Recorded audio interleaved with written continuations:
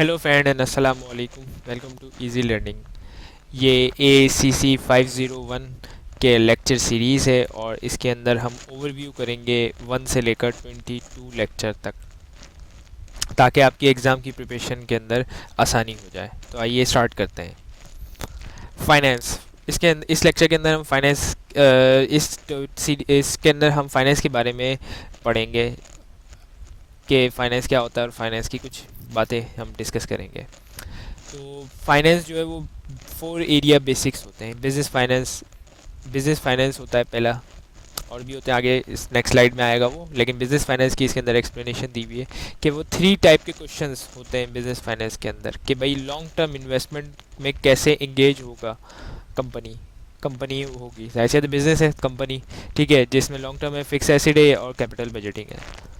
How firm rise the investment, यानी कि मतलब किस तरह जो कंपनी है या फर्म है वो पैसा राइज करेगी, लाइबिलिटी साइड से या कैपिटल स्ट्रक्चर।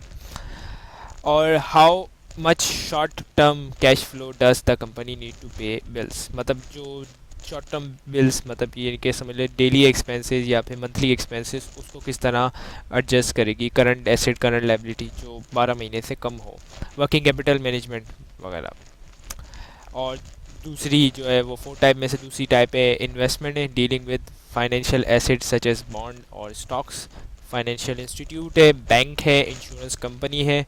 और इंटरनेशनल फाइनेंस है, covered international aspect of corporation, यानी कि मतलब जो इंटरनेशनली कवर किया जाता है। और financial investment and financial institute जो डिफरेंट डिफरेंट है। अब क्यों हम पढ़ते हैं फाइनेंस? तो फाइनेंस की ज़रूरत मार्केटिंग में होती है, अकाउंट्स में होती है और मैनेजमेंट में होती है। अब what is business finance? Business finance असल में है क्या? कि भाई बिजनेस फाइनेंस है क्या असल में? तो in order to start any business, ऐसी बात है, जब भी हम कोई बिजनेस स्टार्ट करते हैं तो उसमें लॉन्ग टर्म, यानी मतलब long term investment they should be taken, लेनी चाहिए। कितनी लेनी चाहिए? Where the long term business पे इन्वेस्टमेंट और बी ओन्स। तो अगर हम चाहते हैं कि ये हम कर्ज लेके स्टार्ट करें या दूसरे के ओनरशिप, मतलब अदर ओनर, मतलब अब जैसे हो सकता है कि भाई आपके पास स्किल्स हैं किसी भी पर्टिकुलर है और आपके पास पैसा नहीं है, लेकिन सामने वाले के पास उस स्किल के पैसे नहीं है, वो स्किल नहीं है, तो वो आप और उसमें शराकत दारी करें, पार्टनरशिप करें और कोई कंपनी खोल लें या बोरो कर लें, यानी किसी से उधार ले लें, बैंक से उधार ले लें या किसी और से उधार ले लें।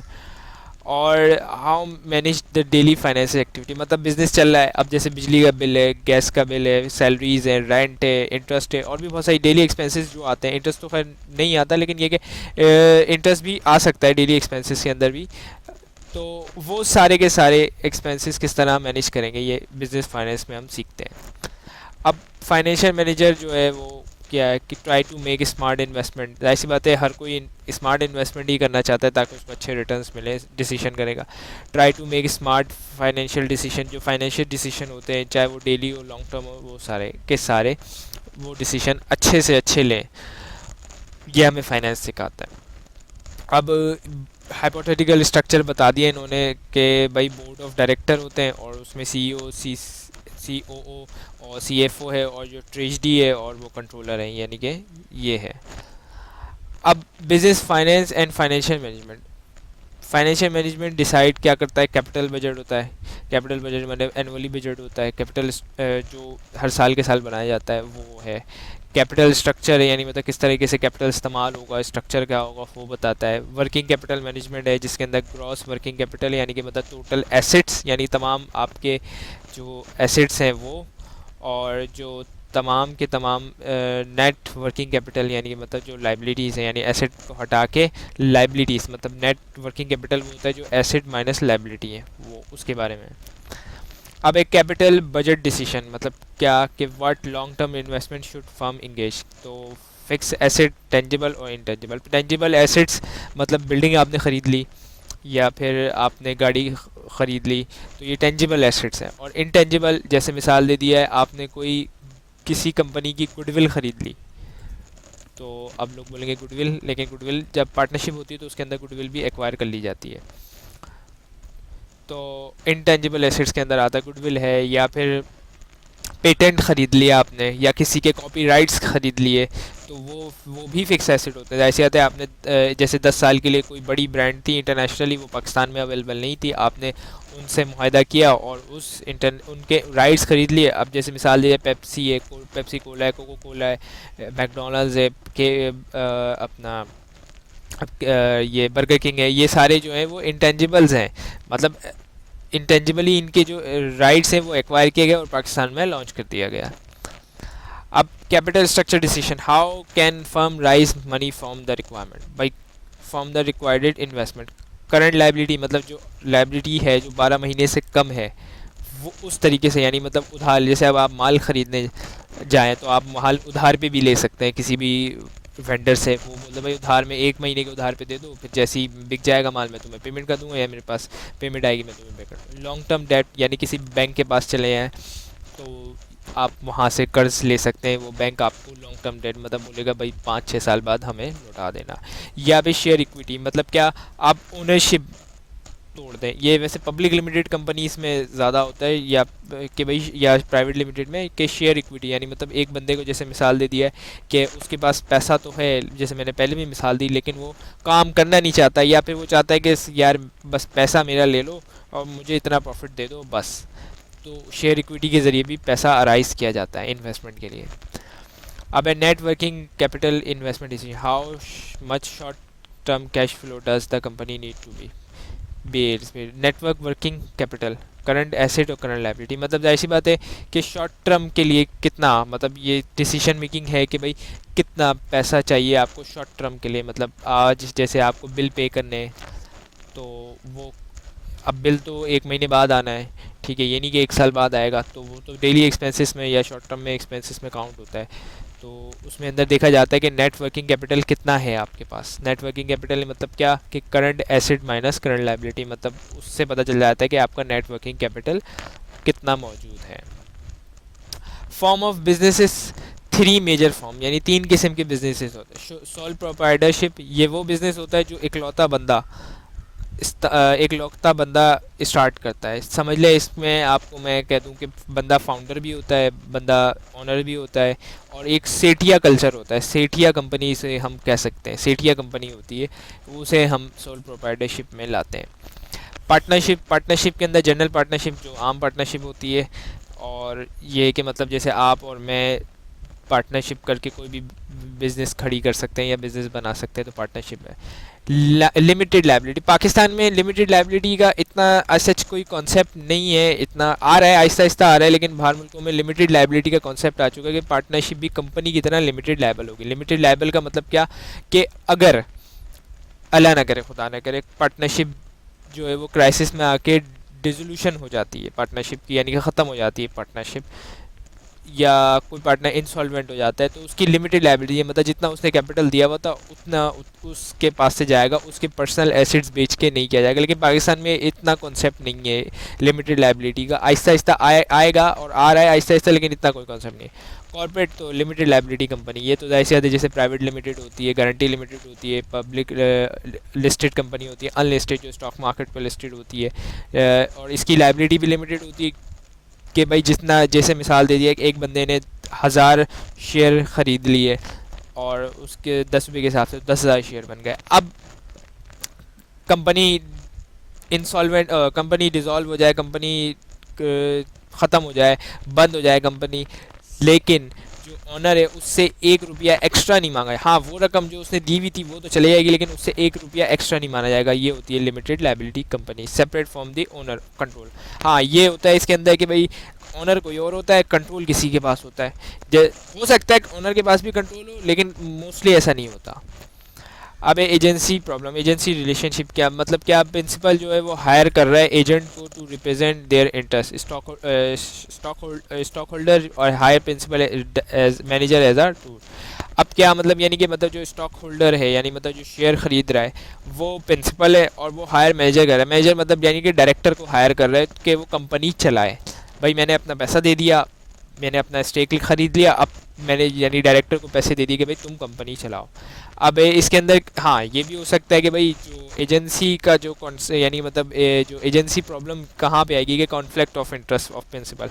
अब डायरेक्टर का फोकस इस चीज़ पे है कि वो अच्छी इनकम अर्न करे, ये हो सकता है। और जो प्रिंसिपल का है वो वेल्थ एक्यूमुलेशन पे जा रहा है। वेल्थ एक्यूमुलेशन क्या, वो चाह रहा है कि उसकी स्टॉक की जो है वो प्राइस ऊपर चले जाए, तो कॉन्फ्लिक्ट इंटरेस्ट इनके दरमियान आ सकता है।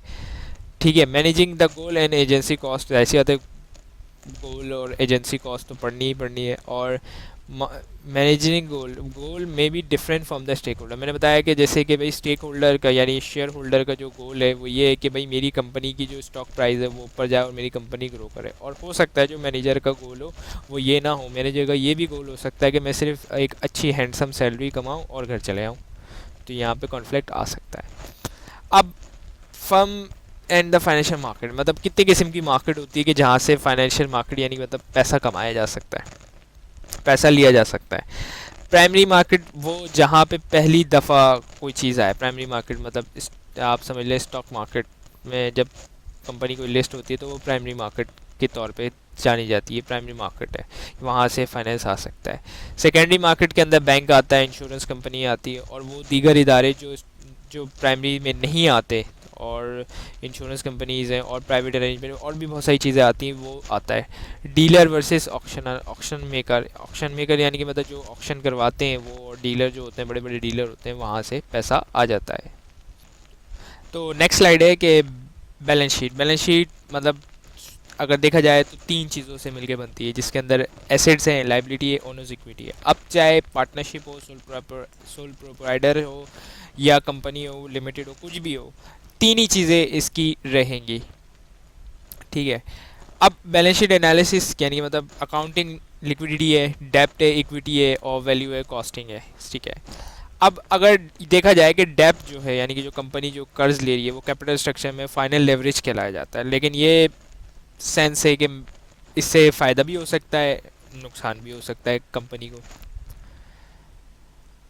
इनकम स्टेटमेंट, इनकम स्टेटमेंट के अंदर हम यानी कि मतलब जो होता है उसके अंदर expenses, sorry revenue minus expenses होता है। और इसमें अंदर ऑपरेटिंग सेक्टर यानी कि मतलब क्या सेक्शन जो होता है, जो जैसे मिसाल दे दिया, आप सेल क्या कर रहे हैं जैसे आप खिलौने बेच रहे हैं, तो इस खिलौने बेचने से आपको जो यानी मतलब बेच रहे हैं तो उसका जो रेवेन्यू है यानी मतलब जो इसका सेल्स होगी वो, और उस खिलौनों को बेचने मतलब आपने खिलौने ख़रीदे, ज़ाहिर सी बात है कि अपने सप्लायर से ख़रीदे तो उसका एक्सपेंस था। आपने उस जो चीज़ें हैं यानी कि खिलौनों की पैकेजिंग करवाई अच्छी सी खूबसूरत सी, और फिर बहुत सारी उसकी उसको कस्टमर तक पहुंचाने के लिए जो चीज़ें यानी कि मतलब समझ लें जो ऑपरेशनल कॉस्ट है वो इस्तेमाल होती है, उसे हम ऑपरेशन यानी जो प्रिंसिपल काम है आपका खिलौने बेचना, उसमें जितनी कॉस्ट इस्तेमाल होती है या उससे रेवेन्यू होता है तो वो ऑपरेटिंग सेक्शन में आता है। नॉन ऑपरेटिंग मतलब finance cost such as interest, interest पे यानी मतलब आपने कर्जा लिया हुआ है, लोन लिया हुआ है, तो वो आपकी ज़ाहिर सी बात है आपका रोज़मर्रा का काम नहीं है कि कर्ज़ा लें। अगर आप बिज़नेस नहीं करेंगे तो कर्ज़ा नहीं लेंगे, लेकिन अब ज़ाहिर सी बात है आप बिज़नेस कर रहे हैं तो आपको कर्ज़े की ज़रूरत पड़ी है, तो वो इंटरेस्ट के अंदर आ जाता है। और सेपरेट सेक्शन टैक्स, टैक्स आता है कि करंट टैक्स यानी मतलब जो मौजूदा है आज जो पे करना है आपको, और डेफर टैक्स, डेफर टैक्स ऐसा होता है कि अगर हम इनकम टैक्स के अंदर देखें तो ये कि आपको आज पे नहीं करना। जैसे डेफर टैक्स इसलिए अराइज होता है, मैं आपको यहाँ पे क्लियर कर दूँ कि अकाउंटिंग के अंदर टैक्स की प्रोसीजर अलग होता है, और जो पाकिस्तान का लॉ है जैसे इनकम टैक्स 2001 ऑर्डिनेंस, तो उसके अंदर उसकी अलग ट्रीटमेंट दी हुई होती है।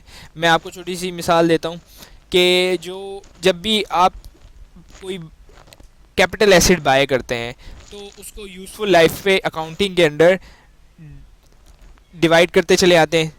ठीक है, लेकिन अब अगर आप देखें तो जो इनकम टैक्स ऑर्डिनेंस है वो आपको अलाउ करता है कि आप इनिशियल अलाउंस ले लें। इनिशियल अलाउंस ज़्यादा होता है, वो बेनिफिट के लिए दिया जाता है ताकि जो कंपनीज़ हैं वो इन्वेस्टमेंट करें।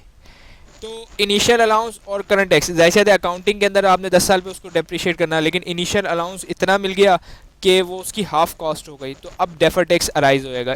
यहाँ से डेफर टैक्स अराइज होना स्टार्ट हो जाता है कि अकाउंटिंग और जो टैक्स लॉज हैं उनके अंदर जो डिफरेंस आता है। अब लोग कहेंगे कि भाई अराइज हो गया, लेकिन एट द एंड वो टैक्स उतना ही कैलकुलेट होगा जितना वो था, यानी मतलब अकाउंटिंग और टैक्स के अंदर मैच हो जाएगा बाद में, लेकिन ये कि करंट के अंदर वो डिसमैच हो रहा होता है। गैप गैप जो मतलब यानी कि स्टैंडर्ड्स होते हैं, आईएफआरएस से गैप है, तो ये बताता है कि realisation of the principle of matching, matching principle जो होता है ना, इंपॉर्टेंट मैचिंग, मतलब यानी कि अब अगर हम देखे जाएं तो अगर कोई स्टैंडर्ड ना हो तो कोई भी बंदा किसी भी तरीके से अकाउंटिंग स्टेटमेंट बना दे, तो कौन बोल सकता है कि भाई ये सही है गलत है? कोई एक प्रिंसिपल होना चाहिए। तो और जाहिर सी बात है, जाहिर सी बात है, एक प्रिंसिपल होगा तभी रियलाइजेशन होगी और मैचिंग भी होगा, वरना हर कंपनी अपने हिसाब से अकाउंटिंग बना दे। नॉन कैश आइटम के अंदर डिप्रिसिएशन आता है और डेफर टैक्स मैंने आपको पिछली स्लाइड पे एक्सप्लेन किया। Time and cost, production and period. Tax है एवरेज और मार्जिनल मतलब जैसे जैसे इनकम बढ़ती जाए टैक्स बढ़ता जाए, और एवरेज मतलब यानी कि इनकम के एवरेज ले लिया जाए। और फ्लैट टैक्स मतलब जो इसका रेट है, चाहे इनकम आपकी 1,000 हो या 1 लाख हो, या चलें इसको ऐसे कर लें कि कंपनी की इनकम 1 लाख हो या 1,000 हो, लेकिन टैक्स उसको जैसे 10% देना है तो वो देना है फ्लैट। अच्छा, डेप्रिसिएशन एज अ शील्ड, वही बात कि अगर ज़्यादा डेप्रिसिएशन यानी मतलब टैक्स के अंदर शील्ड वो इसी तरीके से प्रोवाइड करती है कि भाई आप डेप्रिसिएशन चार्ज करें, जैसे ज़्यादा से ज़्यादा चार्ज कर सकते हैं कि भाई यूज़फुल लाइफ उसकी 5 साल है, तो आप जैसे मैंने आपको बताया कि टैक्स के अंदर अक्सर होता है कि इनिशियल अलाउंस वगैरह दिया जाता है और डेफर टैक्स अराइज होता है। तो अब क्या होगा, जैसे ही इनिशियल अलाउंस आता है तो वैसे ही प्रॉफिट नीचे आ जाता है और आपको कम टैक्स देना पड़ता है करंट ईयर के अंदर। Cash flow statement, cash flow statement क्या होता है? कैश फ्लो स्टेटमेंट पहले तो बताया क्यों जाता है। कैश फ्लो स्टेटमेंट भाई, अब कंपनी ऑपरेट कर रही है या चले बिजनेस ऑपरेट कर रहा है, कई दफ़ा नहीं बल्कि उधार पे ही काम होता है। उधार आपने माल उठाया और उधार ही बेच दिया, अब उसकी पेमेंट 15 दिन बाद आए, 20 दिन बाद आए, 30 दिन बाद आए, ठीक है। अब इनकम स्टेटमेंट के अंदर तो प्रॉफिट्स आ रहे होते हैं, लेकिन ज़रूरी नहीं है कि आपके हाथ में कैश भी हो। कैश होना ज़रूरी है, क्यों? ज़ाहिर सी बात है, कैश नहीं होगा तो आप काम कैसे करेंगे? तो इसलिए जो कैश फ्लो है वो बनाया जाता है कि आपके at the end of the year या at the end of the month आपके हाथ में या आपके गले में कितना पैसा पड़ा हुआ है, या बैंक अकाउंट नहीं, आपके हाथ में, या बैंक अकाउंट भी ले सकते हैं, उसके अंदर कितना पैसा पड़ा हुआ है। अगर आपने सारा काम उधार पे किया, आपकी सेल भी बहुत ज़्यादा, एक मान लें 1 करोड़ है, और आपकी सारी चीज़ें बैलेंस शीट में प्रॉफिट 10 लाख का आ रहा है, 10% आपका प्रॉफिट आ रहा है, लेकिन अब आपने गल्ला खोल के देखा तो मेरे पास तो सिर्फ 1 लाख कैश पड़ा हुआ है एज अ कैश के अंदर। तो आप कन्फ्यूज होगा कि भाई ये कैसे हो सकता है। तो अब यहाँ पे क्या हुआ कि वो प्रॉफिट तो 1 लाख का था, 10 लाख का था, लेकिन कैश जो था, एक्चुअल कैश जो था, जो आप घर ले जा सकते थे, वो 10 लाख का प्रॉफिट इनकम स्टेटमेंट में शो कर, लेकिन कैश फ्लो आपको बताएगा कि भाई आपकी जो प्रॉफिट था वो 10 लाख तो है, लेकिन आपके हाथ के अंदर कैश कितना है, ये इसलिए कैश फ्लो बनाया जाता है। इसके 3 कंपोनेंट्स होते हैं। ऑपरेटिंग कैश फ्लो होता है, कैपिटल, और फिर उसके आगे working capital, changing in working capital. मतलब क्या, इसके अंदर 3 कंपोनेंट्स हैं। तो EBITDA plus depreciation minus current tax, operating cash flow, capital spendings, purchases of fix asset less fix sales of fix asset. यानी मतलब क्या कि जो आपने फिक्स एसेट एयर में शुरू परचेज़ किए और सेल किए। और change in network of capital required to net current assets over net, यानी मतलब जो आपकी नेट लाइबिलिटी और नेट एसेट्स थे वो। Cash flow to the creditor bond holders, तो इंटरेस्ट पेड आपने कितना किया, न्यू डेप्ट यानी कि मतलब कितना कर्जा लिया आपने और कितना कर्जा दिया आपने। इस तरीके से स्टेक होल्डर डिविडेंड को आपने, स्टॉक होल्डर डिविडेंड आपने कितना पे किया, और उनकी इक्विटी आपने कोई नया शेयर इशू तो नहीं किया, या फिर कोई परचेज वगैरह तो नहीं की स्टॉक की, ये सब बताता है। वही there is an official accounting statement, उसको स्टेटमेंट ऑफ कैश फ्लो कहा जाता है। हेल्प क्या क्या करता है कि चेंज इन अकाउंटिंग कैश यानी मतलब कैश मैनेज करने में कैश इस्तेमाल आता है, जैसे मैंने पहले बताया। Statement of cash flow is an additional cash flow operating cash on investing and finance activity. मतलब 3 कंपोनेंट्स होते हैं, जैसे मैंने पिछली स्लाइड में बताया, operating, investing and financing. Operating के अंदर ये कैलकुलेट करते हैं कि भाई आपके ऑपरेशनल से रिलेटेड, जैसे ऑपरेशन मतलब क्या है, खरीदो, जैसे मैंने आपको सेल इनकम स्टेटमेंट में मिसाल दी कि आप खिलौने बेच रहे हैं, तो उन खिलौने बेचने में और खिलौने यानी मतलब ख़रीदने से लेकर कस्टमर तक डिलीवर करने में ऑपरेटिंग, ये आपकी ऑपरेटिंग कॉस्ट है, ये मेन बिजनेस है आपका। इसके अंदर आपने कितना कैश लगाया और कितना कैश आपने कमाया, सही है, ऑपरेटिंग के अंदर ये होता है।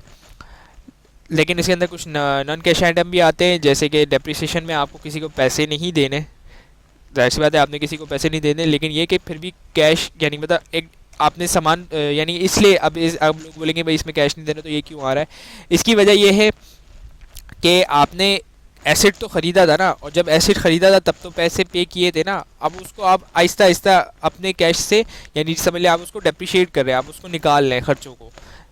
ऐसा नहीं है, जाहिर सी बात है एसिड खरीदते हैं तो उसको डेप्रिशिएट करते हैं, ऐसा नहीं है कि एक एसिड आपने 1 लाख का परचेज कर लिया और डायरेक्ट इनकम स्टेटमेंट में लिया है 1 लाख रुपये और उसको एक्सपेंस आउट कर दिया, ऐसा नहीं होता। इसलिए क्योंकि जाहिर सी बात है जब खरीदा था जब तो पैसे दिए थे ना, तो उसको आहिस्ता आहिस्ता अच्छा इसमें एमोटाइजेशन भी आता है, तो इस तरीके से है। अब इन्वेस्टिंग एक्टिविटी मतलब आपने इन्वेस्टिंग एक्टिविटी में आता है कैपिटल एसिड एक्वाइज, यानी कि मतलब कैपिटल एसिड्स इस दौर में आपने यानी कि 1 साल के अंदर 1 महीने के अंदर 1 साल का पैसे बनता है, तो कितने कैपिटल एसिड्स आपने एक्वायर किए और कितने सेल किए, फिक्स एसिड जो होते हैं। जैसे बिल्डिंग आपने ख़रीद ली, ऑफिस था आपने रेंट पे चल रहा था, आपने आपके पास पैसे थे, आपने क्या किया, आपने वो ऑफिस ख़रीद लिया, तो ये आपका फिक्स एसेट बन गया। और एक आपको एक जगह फैक्ट्री बनानी थी, तो आपने जो है वो लैंड आपने ख़रीद के रख ली। अब एक ऑफिस था जहाँ से जैसे आपने एक बिल्डिंग थी वो आपके इस्तेमाल में नहीं आती, तो आपने बोला यार फालतू पड़ी हुई है खामखाई और आपको रेंट पे नहीं देना था तो आपने बेच दी। तो उसके अंदर इन्वेस्टिंग एक्टिविटी के अंदर ये हमें बताता है। और फाइनेंस एक्टिविटी के अंदर कि भाई कितना यानी कि मतलब from creditors to owner include equity, मतलब क्या कि उधार आपने यानी कि क्रेडिटर्स जो मतलब जैसे माल मैंने आपको मिसाल दी थी कि आपने माल कितना उधार पे ख़रीदा हुआ, क्रेडिट आप पे कितना है, और इक्विटी यानी कि जाहिर सी बात है जो ऑनर्स हैं, ऑनर्स जो हैं वो उन्होंने कितना पैसा इन्वेस्ट किया हुआ है। और डेप डेप मतलब कर्जा, लॉन्ग टर्म आपने कर्जा लिया हुआ है, शॉर्ट टर्म कर्जा लिया हुआ है। अब the structure is significance of financial statement, financial statement बहुत इंपॉर्टेंट होता है, ठीक है, ना सिर्फ इंटरनल के लिए बल्कि आउटसाइडर के लिए भी। क्यों? क्योंकि जाहिर सी बात है फाइनेंशियल स्टेटमेंट ही कंपनी की समझ लें हेल्थ बताता है। जैसे आपकी रिपोर्ट्स, आपका जैसे ब्लड रिपोर्ट है वो आपकी रिपोर्ट बताती है कि आप कितने हेल्दी हैं, या और किस्म के टेस्ट जो शुगर टेस्ट है या फिर और जो टेस्ट होते हैं कि आपके अंदर जो यानी मतलब आपको बताते हैं कि भाई आपके अंदर क्या फॉल्ट था। जैसे आप डॉक्टर आपको टेस्ट लिख के देता है किसी भी चीज़ का, तो अगर वो पॉजिटिव आ जाए तो ये पता चल जाता है कि भाई आपकी जो बॉडी है उसके अंदर ये प्रॉब्लम है। इसी तरीके से फाइनेंशियल स्टेटमेंट जो है वो समझ लें कंपनी की एक हेल्थ बताता है। अगर अच्छे फाइनेंशियल स्टेटमेंट है तो कंपनी बहुत अच्छी है, और अगर बुरे फाइनेंशियल स्टेटमेंट है तो वो बहुत बुरी है।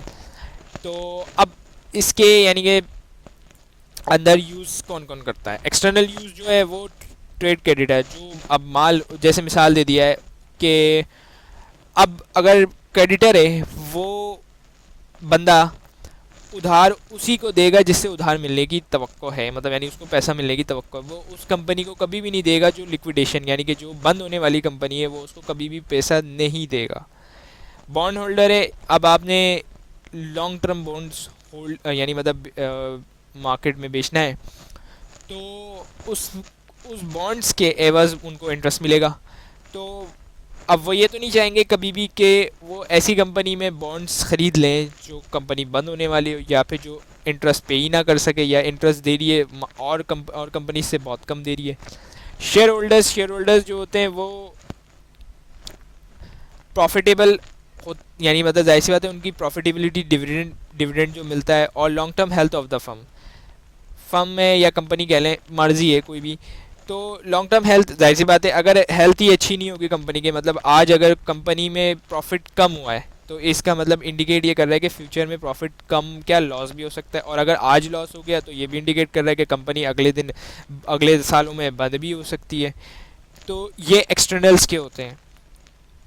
अब जो इंटरनल होते हैं मतलब डायरेक्टर वगैरह या फिर ओनर है, पार्टनर है, उनके लिए भी ज़रूरी होता है, ऐसी बात है उन्हें पता चल जाता है कि फाइनेंशियल हेल्थ कंपनी की कैसी है, और हमें किन किन एरियाज़ पे फोकस करना चाहिए। जैसे अब हम कर्ज़ लेके कंपनी चला रहे हैं तो ये कोई अच्छी बात नहीं है, ठीक है। इस आप ले सकते हैं कर्ज़, लेकिन ये कि अगर आपकी कर्ज़ जो है वो इक्विटी से ऊपर चले जाएगा तो ये एक बैड साइन है, क्योंकि जाहिर सी बात है आपके मैक्सिमम प्रॉफिट तो इंटरेस्ट खा रहा होगा, ठीक है। और कंट्रोल, जाहिर सी बात है जब आपको पता चल जाएगा प्रॉब्लम क्या है तो अब आप उस पर कंट्रोल लगाएंगे कि भाई अब कर्ज नहीं लेंगे, अब हम क्या करेंगे कि या तो इक्विटी कर देंगे या फिर हम कुछ ऐसे खर्चे कम करेंगे जिनसे हमारी सेविंग हो, या फिर हम ऐसा करेंगे कि हम अपनी इनकम बढ़ाएंगे।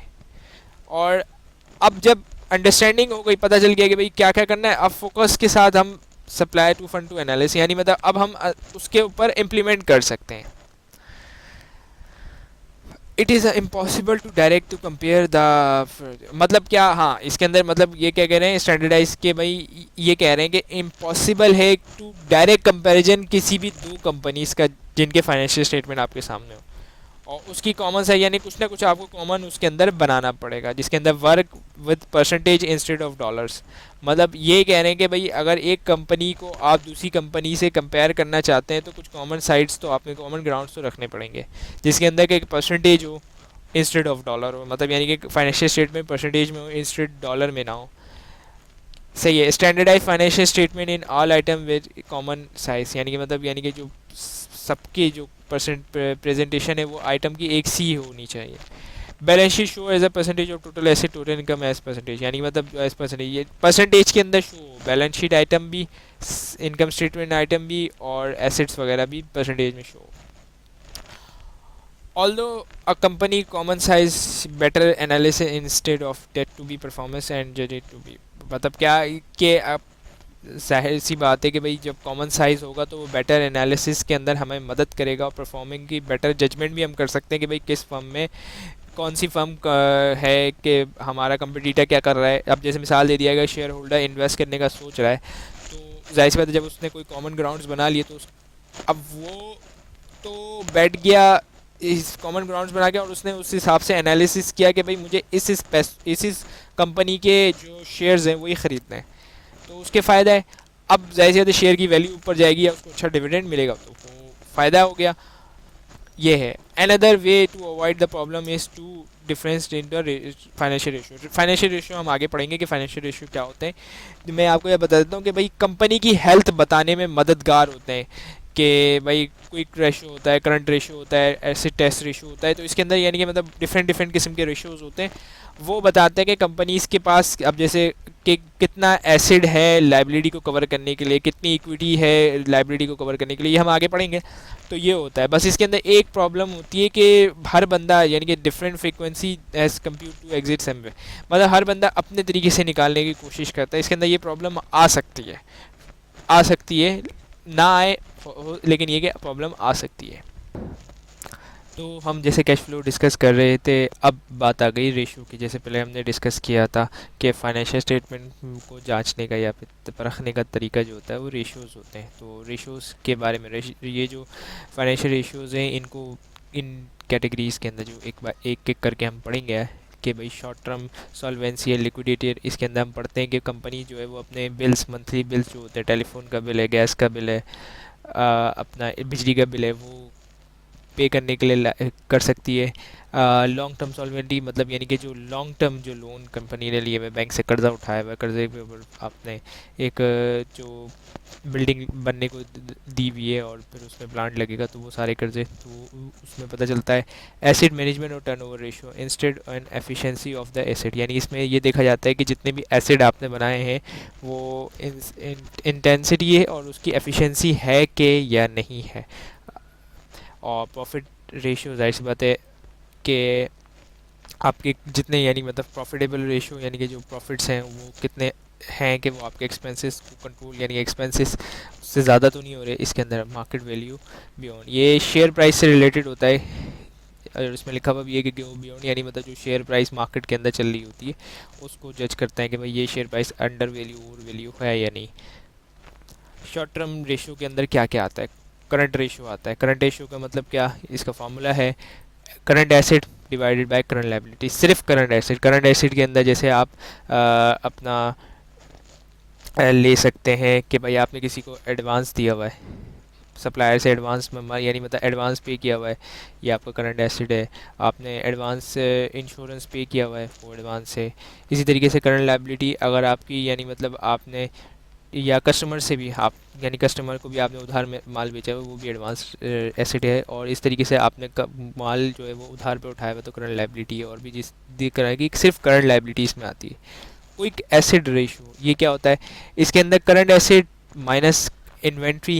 इन्वेंट्री यानी मतलब जो आपने जो रखी हुई है जो बेचने के लिए माल है जो अभी बिका नहीं है, inventory divided by current liability. वही सिर्फ इसमें फ़र्क इतना है कि बस इन्वेंट्री आई थी तो आपसे क्विक रेशियो आ जाता है। कैश रेशियो, कैश रेशियो मतलब क्या कि कितना कैश पड़ा हुआ है आपकी लाइबिलिटीज़ को पे करने के लिए।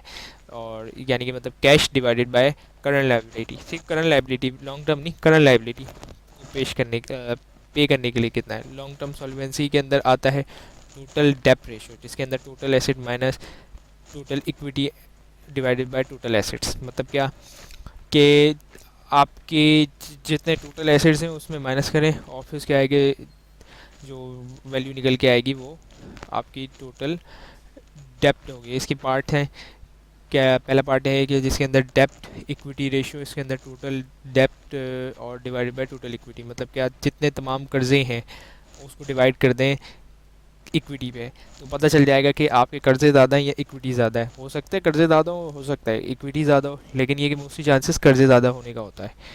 और टोटल इसके अंदर एसेट्स हैं और टोटल इक्विटी है। तो इसके अंदर क्या है कि भाई आपके कर्जे सॉरी आपके जो असासे हैं वो डिवाइड कर दें टोटल इक्विटी के, यानी मतलब इक्विटी ज़्यादा है या फिर टोटल एसेट ज़्यादा है।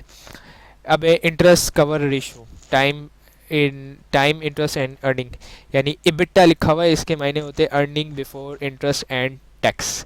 यानी कि मतलब इंटरेस्ट पे कर सकती है कोई कंपनी। अब जैसे बैंक जब भी लोन देता है तो वो ये देखता है कि ये कंपनी इंटरेस्ट पे करेगी, अगर कर सकती है तो वो लोन देता है, वरना अदरवाइज़ वो लोन देगा ही नहीं। तो ये बैंक वालों के लिए ज़्यादा सूदमान होता है, या जो कंपनी लोन जो फर्म लोन लेना चाह रही है उसके लिए फ़ायदेमंद हो। अब लॉन्ग टर्म सॉल्वेंसी के अंदर क्या एबिट्टा, एबिट्टा मतलब ये है कि एबिट है, सॉरी एबिट्टा नहीं एबिट है।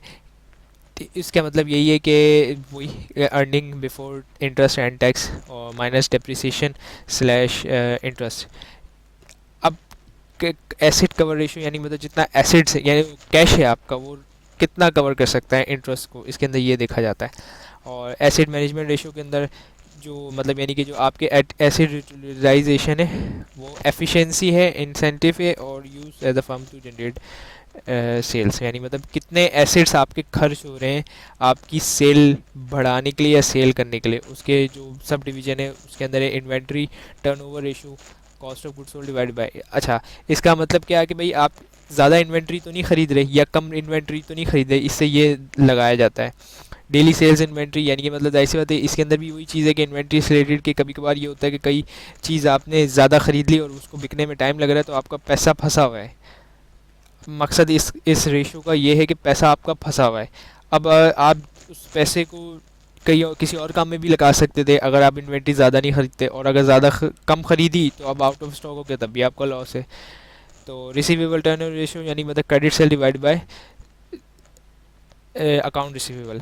मतलब क्या इसका ये है कि भाई आपने जो उधार माल बेचा उसमें से रिसीवेबल कितना है। इससे क्या होगा कि भाई आपने कहीं बहुत ज़्यादा ही तो माल उधार पे नहीं बेच दिया कि बिल्कुल ही उधार पे आपके पास कैश ही नहीं बचा कि आप और इन्वेंट्री उठा सके अगर डिमांड है।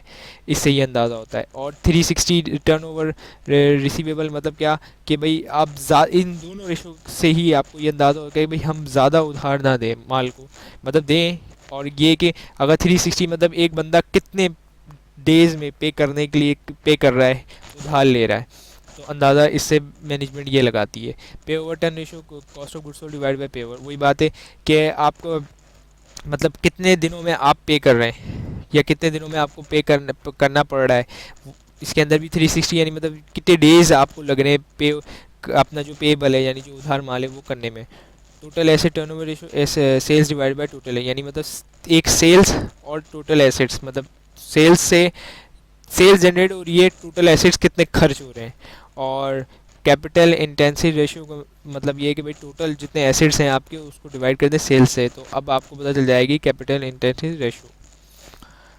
प्रॉफिटेबल रेशो, अब प्रॉफिटेबल रेशो के अंदर क्या आता है? जाहिर सी बात है, प्रॉफिट कंपनी का मकसद ही यही है कि भाई हम प्रॉफिट कमाएं। तो लेकिन ये कि भाई आप प्रॉफिट कमा तो रहे हैं, लेकिन कितने एफिशिएंट से कमा रहे हैं ये बताते हैं ये। इसके अंदर प्रॉफिट मार्जिन का जो रेशो है वो है net income after interest and tax. अच्छा, ये जो इबिट था उसके अंदर ये था बिफोर, और इसके अंदर है आफ्टर है नेट इनकम, यानी कि मतलब जो बचेगा वो टैक्स और इंटरेस्ट निकालने के बाद डिवाइड बाय सेल, तो आपको प्रॉफिट मार्जिन पता चल जाएगा। अब है रिटर्न ऑन एसेट, यानी मतलब कितने असासे या कितने मालियत की एसेट्स आपके लग रहे हैं इस इनकम को कमाने के लिए, तो ये इससे अंदाज़ा हो जाएगा कि हो सकता है ये ज़्यादा हो तो अच्छी बात नहीं है, क्योंकि जाहिर सी बात है जितना कम एसेट्स आप परचेज करेंगे तो उतने आपके पैसे बचेंगे और प्रॉफिट ज़्यादा होगा। तो ये इससे, और इक्विटी यानी मतलब कितनी इक्विटी इस्तेमाल हुई है इस प्रॉफिट को कमाने के लिए या नेट इनकम को कमाने के लिए। मार्केट रेशो, ये दरअसल ये उनके लिए ज़्यादा वैल्यूएबल या उनके लिए ज़्यादा फ़ायदेमंद होते हैं जो किसी कंपनी में इन्वेस्ट करना चाह रहे होते हैं या इन्वेस्टर होते हैं। जैसे शेयर होल्डर्स जो होते हैं वो उनके लिए ज़्यादा है कि अर्निंग पर शेयर, यानी मतलब एक शेयर उनको कितना कमा के दे रहा है। अर्निंग पर शेयर यानी कि मतलब net income divided bye share outstanding, मतलब जो आपने शेयर्स रखे हुए हैं उस पर एक शेयर पे कितना कर कर रहे हैं। प्राइस अर्निंग रेशियो, यानी कि मतलब एक शेयर की प्राइस अर्निंग पे कितनी आ रही है, मतलब एक शेयर कितने में मतलब अगर देखा जाए तो कितने का होना चाहिए अर्निंग, ये बात है। बुक वैल्यू, यानी मतलब बुक वैल्यू से कितना वो है। और मार्केट है तो मार्केट वैल्यू, जैसे तो जो स्टॉक मार्केट में प्राइस चल रही होगी शेयर से रिलेटेड, वो उसके अंदर डिवाइडेड बाय बुक पर वैल्यू, यानी मतलब बुक पे कितने का इशू किया तो मार्केट में अगर ये पॉजिटिव में है तो फ़ायदा है, और अगर नेगेटिव में है तो फिर कंपनी को आगे मुश्किलात आ सकती हैं। अब difference between the two profit है, यानी कि मतलब rate of return on assets and return use to depth financing and final leverage, यानी मतलब डेप्थ फाइनेंसिंग, यानी कि अगर ये आपके अच्छे होंगे तो आपको डेप्थ फाइनेंस आसानी से मिल जाएगा, फाइनल लेवरेज भी मिल जाएगा आपको आसानी से। बात एक ही है दोनों में। रिलेशनशिप इलस्ट्रेट की गई है कि भाई रिटर्न ऑन इक्विटी के मतलब net assets, net income divided by sales multiply by sales divided by assets and S multiply by assets and divided by total equity. So क्या बना अब, ये है कि profit margin multiply by asset turnover, जितना भी एसेट का turnover था और इक्विटी से आप मल्टीप्लाई कर दें, एंड रिटर्न ऑन एसेट या नेट इनकम और स्लैश सेल्स और multiply by sales and divided by assets. अब क्या इससे क्या पता चलेगा हमारे ऑपरेशन, यानी मतलब इसका पॉइंट क्या है, दैट के तीन चीज़ें हमें पता चलती हैं। ऑपरेशनल एफिशिएंसी, मतलब कितना ऑपरेशन जो है मतलब यानी सेल्स और परचेज़ के अंदर कितनी यानी एफिशिएंसी है, इसके अंदर हमें प्रॉफिट मार्जिन से पता चल जाएगा। और एसेट, कितने एसेट जो हैं जितने हमने असासे ख़रीदे हुए हैं कि भाई हम ऑफिस लिया हुआ है, बिल्डिंग ली हुई है, हमारी अगर प्रोडक्शन हो रही है, कंपनी प्रोड्यूस कर रही है तो वो कितनी एफिशिएंट है, और उसके गाड़ियाँ हमने रखी हुई हैं, काफ़ी व्हीकल्स जो हमारा माल जो है वो सप्लाई करती हैं, तो उसकी एफिशिएंसी का अंदाज़ा हो जाता है इनसे। एफिशिएंसी में अगर एफिशिएंट है तो फ़ायदा है कंपनी का, और अगर एफिशिएंट नहीं है तो उसको बनाया जाए, किस तरह बनाया जाए, कोई ऐसा एसेट तो नहीं है, नॉन परफॉर्मिंग एसेट तो नहीं है तो उसको हटाया जाए कि वो कंपनी पे बोझ बना हुआ है। फाइनेंशियल लेवरेज, मतलब जाहिर सी बात है कि जब फाइनेंशियल मतलब इक्विटी इक्विटी के मतलब कितनी इक्विटी के एवज़ हम ये प्रॉफिट कमा पा रहे हैं। अब ज़्यादा इक्विटी लगाई हुई है और प्रॉफिट कम है तो अच्छी बात नहीं है, ये इन्वेस्टर जो है वो उस कंपनी से हमेशा दूर रहेगा जो इसमें ज़्यादा इक्विटी लगी हुई है और इन्वेस्टर ने प्रॉफिट उसको नहीं मिल रहा।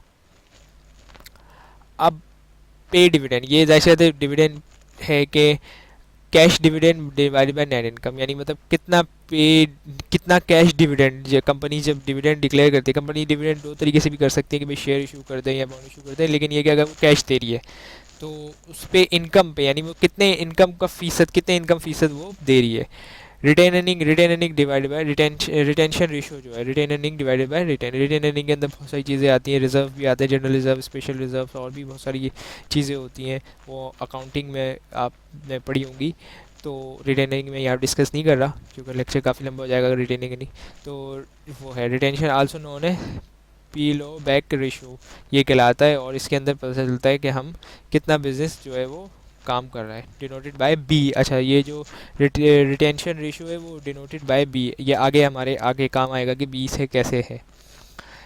इम्पॉर्टेंट क्या है, important thing recognise that sales grow as asset grow जो है वो भी हो रहा है, और लेकिन लॉन्ग टर्म के लिए। लेकिन अगर if asset how much to be project, मतलब क्या है इसके लुबाब मैं आपको बताता हूँ कि अगर एसेट भी ग्रो कर रहा है, सेल्स भी ग्रो कर रही हैं, तो फ़ायदा है, लॉन्ग टर्म के लिए फ़ायदा है। लेकिन अगर ऐसा नहीं हो रहा तो इन्वेस्टर जो है वो पैसा निकाल लेते हैं, और इन्वेस्टर छोड़ के जाएंगे तो जाहिर सी कंपनी में मसला आएगा। अच्छा, अगर किसी जगह फाइनेंस की ज़रूरत हो तो कंपनी के पास दो ऑप्शंस होते हैं, इंटरनल फाइनेंसिंग और एक्सटर्नल। इंटरनल फाइनेंसिंग के अंदर अक्सर अर्निंग्स आती है कंपनी की, और कि कंपनी कितना कमा रही है, और एक्सटर्नल फाइनेंसिंग में जाहिर सी बात है बॉन्ड्स है, या फिर अपने शेयर इशू कर दे, तो बाहर से किसी बंदे को या तो कर्ज ले ले, बॉन्ड से कर्ज ले ले, बोरोइंग कर ले, या फिर अपने स्टेक जो है यानी मतलब अपने जो शेयर होल्डिंग है वो बेच के कंपनी फाइनेंस खड़ा करती है। अब internal growth ratio, internal growth ratio जैसी बात है देखा जाएगा कि internal growth ratio represent rapidly firm growth, यानी मतलब कितना फर्म ग्रो कर रही है। अब अगर फर्म ग्रो ज़्यादा स्पीड से कर रही है तो हर इन्वेस्टर को अट्रैक्ट करेगी, और इन्वेस्टर जो है वो इन्वेस्ट करना चाहेगा, और जो मैनेजमेंट है वो भी खुश हो जाएगी कि हाँ यार। तो उसको निकालने का तरीका जो है, या उसको निकालने का फॉर्मूला जो है वो return on assets multiply b, जो हमने पीछे पढ़ा था कि रिटेंशन रेशियो, जो रिटेंशन रेशियो हमने पीछे पढ़ा था वो बी और स्लैश डिवाइडेड बाय, यानी कि divided by 1 minus return on assets multiply by b, यानी रिटेंशन और है। इस फॉर्मूले के ज़रिए हम इंटरनल ग्रोथ यानी कि कंपनी की इंटरनल ग्रोथ, कंपनी कितना ग्रो कर रही है, साल दर साल कितना ग्रोथ कर रही है, या ग्रोथ नहीं कर रही, नेगेटिव ग्रोथ कर रही है, तो ये इससे अंदाज़ा लगाया जा सकता है। कंपनी ग्रोथ करेगी, कंपनी का भी फ़ायदा, जो उससे जुड़े हुए लोग हैं, शेयर होल्डर्स हैं, या फिर उसके जो लोन दिया हुआ है जिन लोगों ने, या गवर्नमेंट है, सबका फ़ायदा होगा। और अगर नहीं करेगी तो सबका नुकसान है। सस्टेनेबल ग्रोथ मतलब क्या, अगर सस्टेनेबल ग्रोथ के इसके अंदर कह रहे हैं कि भाई जो होती है वो ये होती है कि भाई कंपनी जो है वो internally finance then time to be decline because there growth to be, मतलब क्या सस्टेनेबल ग्रोथ के अंदर इंटरनल जो फाइनेंसिंग है वो कंपनी ओनली रिलाई, मतलब जितना प्रॉफिट कमा रही है उससे अपना सारे खर्चे भी मैनेज कर रही है, और वक्त पे डिविडेंड भी दे रही है, और कंपनी की जो शेयर प्राइस है वो भी जा रही है। तो इससे अल्टीमेटली क्या होगा कि एक सस्टेनेबल ग्रोथ आना शुरू हो जाएगी। अब ये नहीं है कि कंपनी जो है वो कर्ज़ों में चली जाए और कंपनी जो है वो बिल्कुल ही दिवालिया हो जाए, ऐसा नहीं होना चाहिए। अब अगर कहें कि भाई कि कंपनी जो है वो कर्ज़ ले सकती है, इसमें कोई वो नहीं है, लेकिन ये कि बेहतर नहीं समझा जाता कि कंपनी कर्ज़ ज़्यादा ले। तो अगर वो कंपनी जो है वो सिर्फ यानी मतलब अब जो पे ऑफ यानी मतलब जितना कर्ज़ लिया हुआ उसको भी उतार पा रही है, और नए मज़ीद कर्ज़े नहीं ले रही, तो कंपनी का फ़ायदा है। और जो है वो एक सस्टेनेबल ग्रोथ, ये लोग कहेंगे कि यार ये कंपनी जो है वो सस्टेनेबल ग्रोथ है, और ताकि इसको कोई फाइनेंशियल लेवरेज या फाइनेंस का मसला आगे चल के नहीं आएगा। अब suitable growth illustrate expect relationship in the firm major areas. Operational efficiency देखी जाती प्रॉफिट के ज़रिए ही, ठीक है, और एसिड यूज़ एफिशिएंसी के एसिड जितने भी हैं वो टोटल एसेट टर्नओवर के ज़रिए देखी जाती है। फाइनेंशियल पॉलिसी जो है मेजर जो है डेब्ट इक्विटी रेशियो, और डिविडेंड पॉलिसी जो है major by the retain ratios के ज़रिए देखी जाती है। अब कंपनी जो है वो फाइनेंस यानी मतलब वाई एवेल्यूशन फाइनेंशियल स्टेटमेंट, मतलब हम क्यों इतना एवेल्यूएट करते हैं फाइनेंशियल स्टेटमेंट को, और अगर अकाउंटिंग इन्फॉर्मेशन ये सारी जो ये रेशियोज वगैरह ये सब अकाउंटिंग से रिलेटेड है, और आपने अकाउंटिंग के अंदर पढ़ी भी होंगी कि ये सारी चीज़ें, क्योंकि हमने इसमें फाइनेंशियल स्टेटमेंट, कैश फ्लोज वगैरह और प्रॉफिट एंड लॉस भी पढ़ा। तो वो क्यों, मतलब हम ऐसा क्यों नहीं, क्यों, इसकी दो रीज़न, इसकी एक रीज़न है। प्राइमरी रीज़न क्या है कि भाई अकाउंटिंग इन्फॉर्मेशन, क्योंकि वी डू नॉट हैव और do not expect to have market information, हमें मार्केट का नहीं पता कि भाई कंपनी क्या कर रही है, सिर्फ फाइनेंशियल स्टेटमेंट ही बता सकते हैं। अब ये तो नहीं है कि हर कंपनी के हम जा के देखें कि भाई मार्केट में क्या कर रही है, कितनी प्रोडक्ट्स बेच रही है, ऐसा नहीं, सिर्फ फाइनेंशियल स्टेटमेंट ही आपके पास एक सोर्स बनता है जिससे आपके पास ये इन्फॉर्मेशन आ सकती है या आती है कि कंपनी क्या परफॉर्म कर रही है। अगर हो तो जाहिर सी बात है हम, अगर हम इन्फॉर्म हैं तो यूज़ इंस्टेड ऑफ अकाउंटिंग, यानी अगर हो हमारे पास इन्फॉर्मेशन तो हम अकाउंटिंग इन्फॉर्मेशन थोड़ी यूज़ करेंगे। If there is a conflict between accounting and market, then would be preferable. Internal performance of evaluation planning, जाहिर सी बात है अगर हमारे पास हो तो हम प्रेफर यही करेंगे कि हम मार्केट की इन्फॉर्मेशन को रहे उसकी परफॉर्मेंस इवेलुएट करें, प्लानिंग फॉर फ्यूचर यानी मतलब कोई कंपनी फ्यूचर के बारे में क्या राय रखती है, फ्यूचर में वो क्या सोच रही है, तो उसके बारे में है। अब जैसे मिसाल दिए कंपनी दूसरी फैक्ट्री खोलना चाह रही है, तो ये अच्छा प्लान है। और अगर हमारे पास इन्फॉर्मेशन है तो हम उसके शेयर्स ख़रीद लें तो हमें भी फ़ायदा हो जाएगा, अच्छा डिविडेंड मिलेगा, अच्छी कैप हमारी वेल्थ हो जाएगी। और एक और यूज़र है कि भाई कस्टमर के रिव्यूज़ कैसे आएगा, कस्टमर जो है वो ख़राब रिव्यूज़ दे रहे हैं या कस्टमर जो है वो बोलने के नहीं अच्छा नहीं है, तो ये गलत है। और सप्लायर, सप्लायर है वो हमेशा तंग है उससे, तो ये भी अच्छी बात नहीं है। और अगर सप्लायर बहुत खुश है कि बोला नहीं नहीं यार कंपनी बड़ी ज़बरदस्त है तो बेहतरीन। कंपटीशन यानी जो कम्पिटिट कैसे कर रही है, एक्वायरिंग न्यू फर्म्स कर रही है, जैसे गूगल जो है वो काफ़ी एक्वायरिंग में करती रहती है हर दिन, तो वो गूगल नई कंपनी एक्वायर करती रहती है गूगल, तो वो लोग देखते हैं कि हाँ यार ये कंपनी एक्वायर करने जा रही है तो जाहिर सी बात है इसके पास पैसा है तो एक्वायर कर रही है, तो लोग उसमें इन्वेस्ट भी करना पसंद करते हैं। अब बेंचमार्क क्या बनाएं, यानी मतलब अगर देखा जाए तो चूजिंग अ बेंचमार्क यानी मतलब हम किस स्टैंडर्ड पे कंपेयर करेंगे, किस स्टैंडर्ड पे जज करेंगे, तो उसके अंदर दो हैं कि टाइम ट्रेंड एनालिसिस और पेयर ग्रुप एनालिसिस, मतलब based on historical of the firm, मतलब कंपनी जो है वो पीछे हिस्ट्री में क्या करते आई है, compare with our firm with history, यानी मतलब जो हिस्टोरिकल डेटा जो है फर्म का वो क्या है कंपेयर करेंगे उसको हम आवर फर्म है, यानी मतलब हमारी कंपनी की जो हिस्ट्री है वो क्या रही है, वो अच्छी रही है तो बहुत अच्छी बात है, और अगर वो अच्छी नहीं रही, क्यों अच्छी नहीं रही है अब जाने, और अगर किसी ऐसे रीज़न की वजह से अच्छी नहीं रही जो कंपनी के अपने फेलियर है, तो कंपनी जो है वो ख़तरे में लगा है। और पेयर कंपेयर मतलब compare with the other firm, मतलब जो उस जैसे अब जैसे मिसाल दे दिया है कि कंपनी जो है वो कोको कोला और पेप्सी कोला है, तो कोको कोला को कंपेयर करेंगे पेप्सी कोला से। अब तो नई बेवरेजेस भी आ गई हैं जैसे गोरमे है और मीज़ान है, कोला नेक्स्ट के नाम से आई है, तो अब इन सबको कंपेयर किया जाएगा। अब अंदाज़ा लगाया जा सकता है कि कंपनी की ग्रोथ क्या है, जिस तरीके से गाड़ियों के अंदर सुजुकी है, टोयोटा है, अब नए कंपटीटर आ रहे हैं, हुंडई आ गया, क्या आ गया, तो अब ये जितने भी कंपैरिजन है ये ग्रुप अदर फर्म से कर रहे हैं।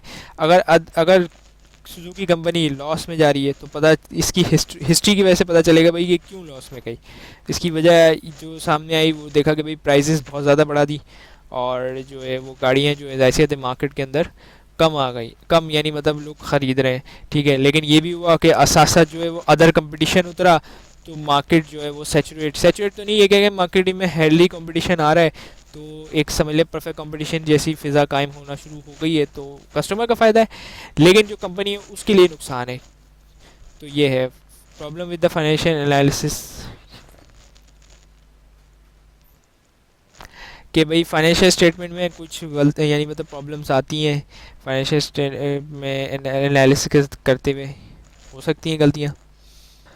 अब है नेक्स्ट स्लाइड जो है वो है time value of money. Time value of money को मैं आपको समझाता हूँ कि वक्त के साथ साथ यानी उर्दू तर्जुमे में कि वक्त के साथ साथ आपकी जो पैसा है, जो करेंसी है, उसकी वैल्यू गिर जाती है। अब मैं आपको एग्जांपल देता हूँ कि जैसे जब मैंने रोटी ख़रीदना स्टार्ट की थी तो 2 रुपये की रोटी थी, फिर वो 4 रुपये की हुई, फिर उसके बाद जाके 5 की हुई, फिर 7 की हुई, और फिर 8 की, फिर 10 की, और अब 15 की हो गई।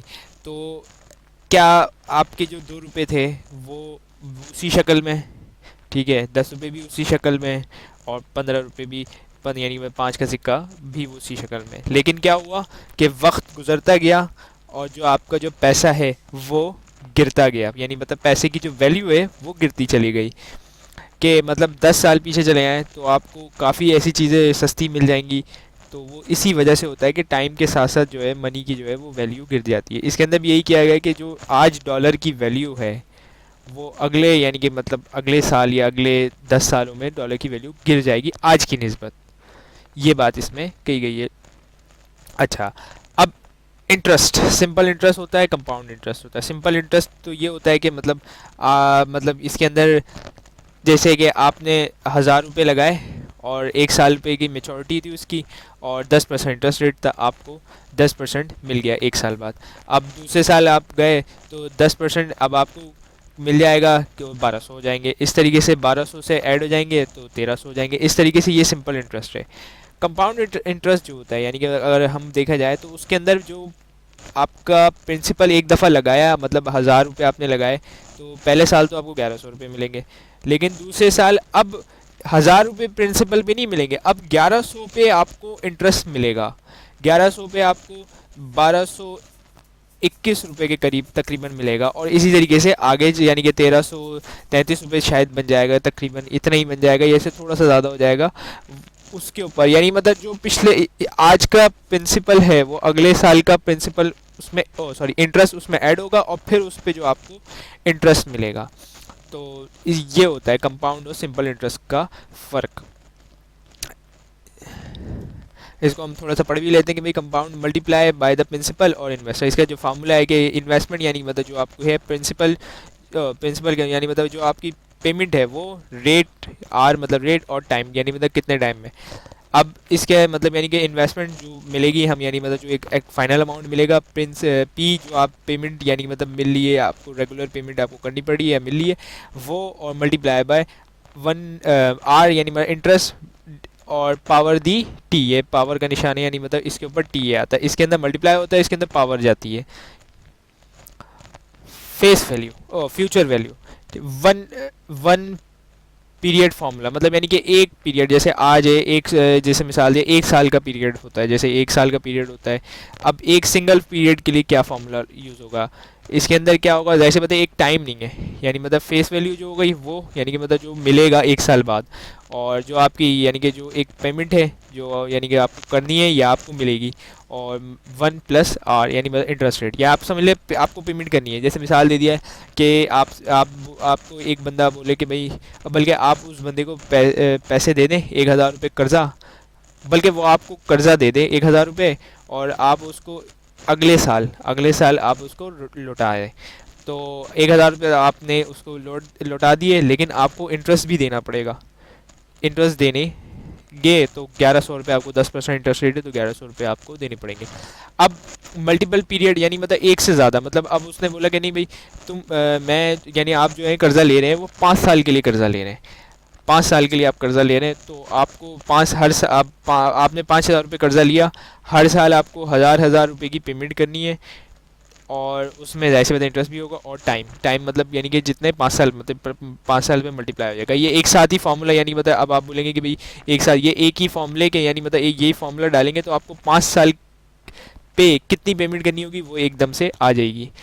फ्यूचर इंटरेस्ट, और फिर प्रेजेंट वैल्यू मतलब आज की वैल्यू, मतलब कोई भी, अब ये ज़्यादातर में डिसीजन मेकिंग के अंदर इस्तेमाल होता है कि प्रेजेंट वैल्यू, जैसे मिसाल ये आप कोई इन्वेस्टमेंट कर रहे हैं 5 साल बाद उसका, यानी मतलब आपने कोई प्लांट लगाना है तो उसकी प्रेजेंट वैल्यू जो है वो कैलकुलेट की जाती है कि भाई अगर आज ये प्लांट लग जाए और आज प्रॉफिट देगा या नहीं देगा, इसके अंदर इस्तेमाल की जाती है। तो एक पीरियड के लिए यानी मतलब कि एक साल के लिए अगर आप कोई इन्वेस्टमेंट कर रहे हैं, या फिर एक से ज़्यादा साल के लिए इन्वेस्टमेंट कर रहे हैं, या बोरोइंग कर रहे हैं, बोरोइंग में भी इस्तेमाल होता है कि पता चल जाए कि भाई हम ज़्यादा इंटरेस्ट तो नहीं पे कर रहे।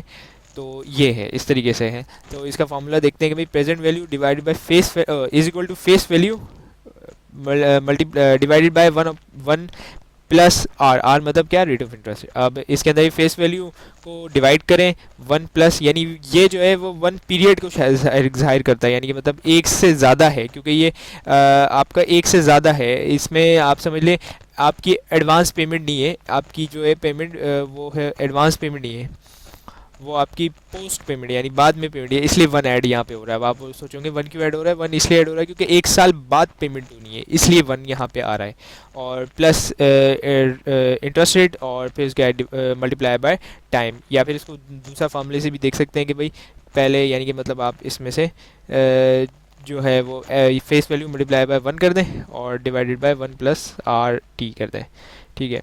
अब ए पॉइंट इसमें फेस वैल्यू और point value is equal to be present value, यानी मतलब जो आज की वैल्यू है फेस वैल्यू, और जो प्रेजेंट वैल्यू उसका जो रेट होगा वो ज़ीरो होगा, क्योंकि जाहिर सी बात है आज जो है, आज आप कोई इंटरेस्ट पे नहीं कर रहे, ना आपको कोई इंटरेस्ट मिल रहा है।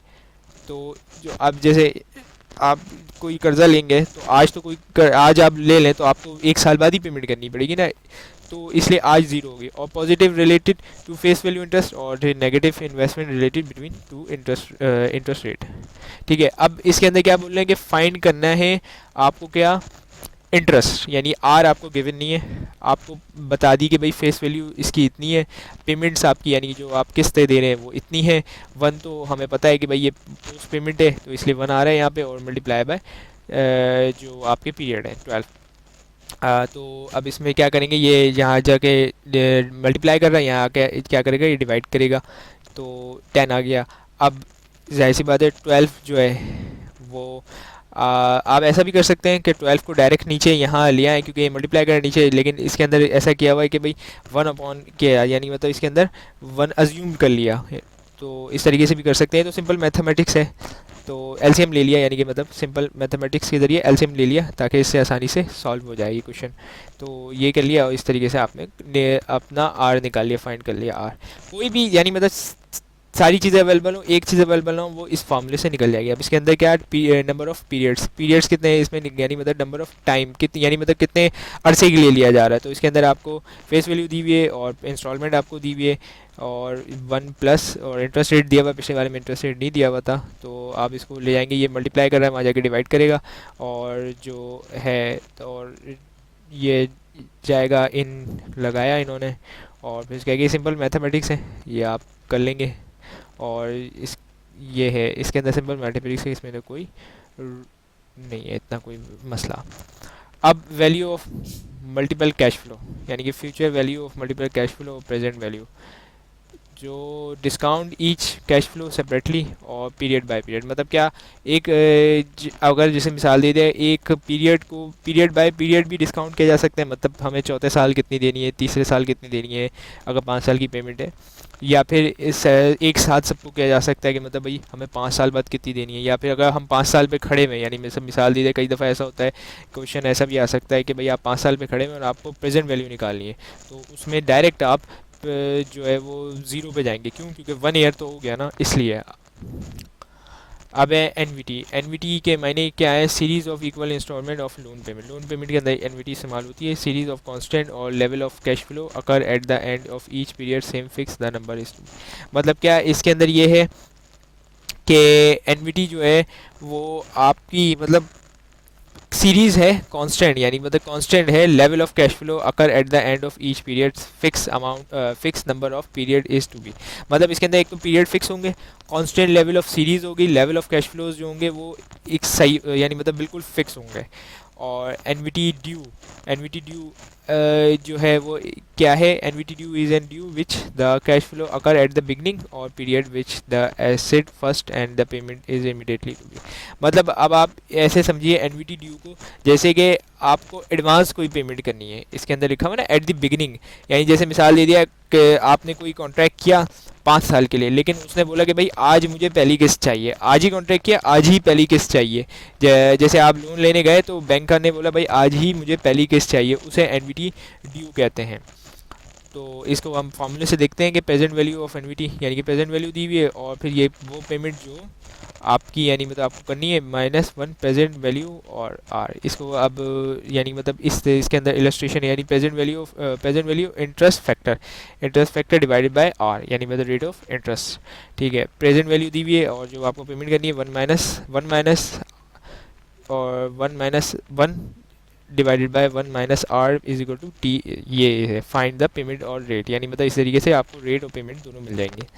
अब सी फ्यूचर वैल्यू, जैसे फ्यूचर की बात हो रही है इसमें, जो एनवीटी की जैसे फ्यूचर की एनवीटी फ्यूचर ही है, तो इसके अंदर फ्यूचर वैल्यू, इसके अंदर प्रेजेंट वैल्यू ले रहे थे, इसके अंदर फ्यूचर वैल्यू ले रहे हैं, और 1 माइनस डिवाइडेड बाय आर यानी रेट ऑफ इंटरेस्ट, और फिर फेस वैल्यू, और फिर क्या सी जो आपको पेमेंट करनी है, और फिर उसके बाद जाके 1 minus R T is equal to. ठीक है, स्पेशल परपीचुइटी क्या है, ये special case of NVT where the stream of cash flow continuous for ever, it has no end period. मतलब क्या कि एक स्पेशल किस्म की है, यानी कि सारी एनवीटी ऐसी होती हैं जिसके अंदर एंड पीरियड है ही नहीं, मतलब आप बोले कि भाई 10 साल 20 साल, नहीं, एंड पीरियड है ही नहीं इसके अंदर।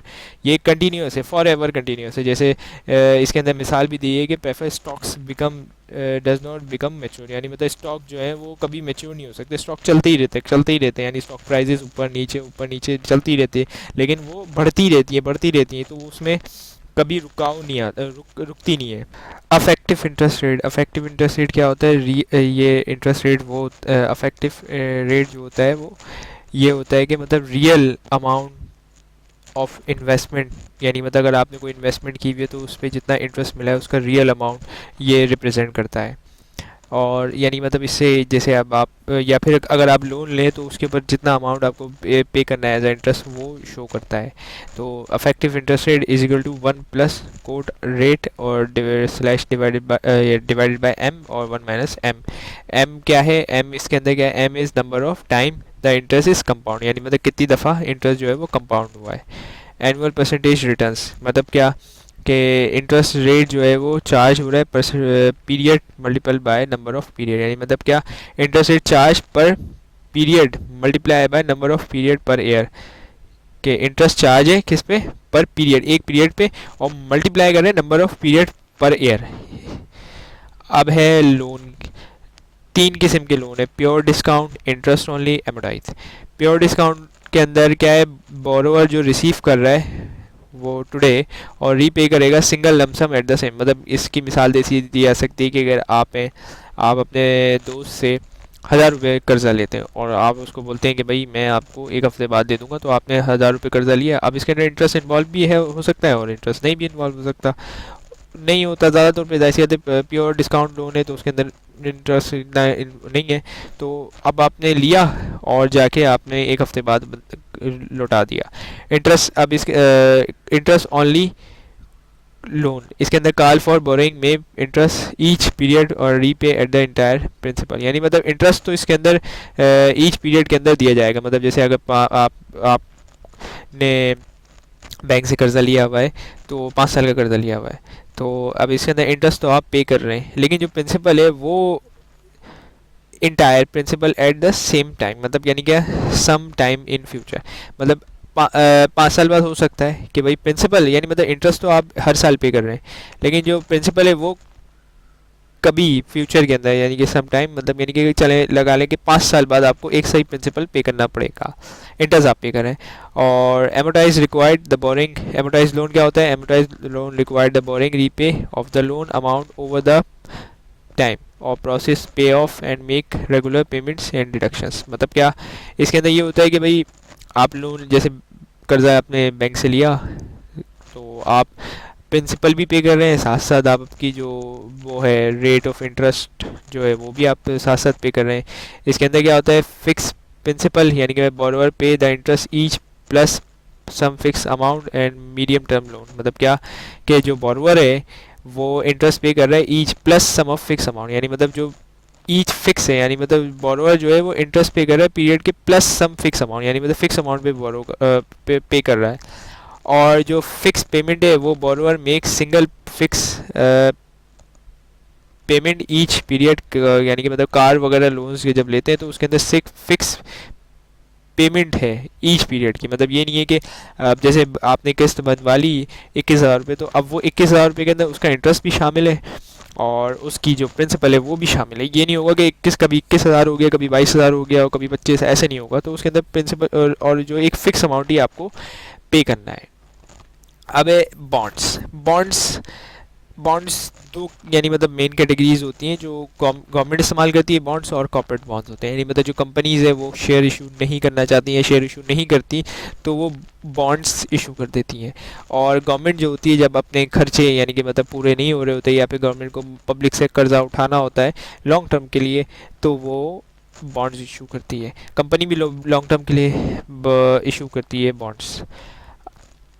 ये है बॉन्ड, यानी मतलब इसके अंदर सिक्योरिटी सेलिंग डेप्ट, अच्छा ये एक डेप्ट है, यानी मतलब ये कर्जा है, इक्विटी नहीं है। अगर कोई भी कंपनी या गवर्नमेंट रहती है तो ये हमेशा कर्जा ही होता है। Bond security, bond secured debt, but the bond but the word bond refer to all kind of secure और अनसिक्योर। सिक्योर अनसिक्योर को मैं बताता हूँ, जैसे मिसाल दे दिया है। सिक्योर जैसे होता है कि कंपनी जो है वो कुछ कोलेट्रल रखवा देती है, रहन कुछ रखवा देती है कि भाई बॉन्ड रिडीम नहीं हुआ तो ये चीज़ बेच के हम आपको पैसे दे देंगे। अनसिक्योर का मतलब कोई यानी मतलब सिर्फ कंपनी इशू कर देती है, उसके पीछे कोई ऐसी चीज़ नहीं है कि जो आप बेच के रिकवर कर सकें पैसा। ये है अनसिक्योर का मतलब।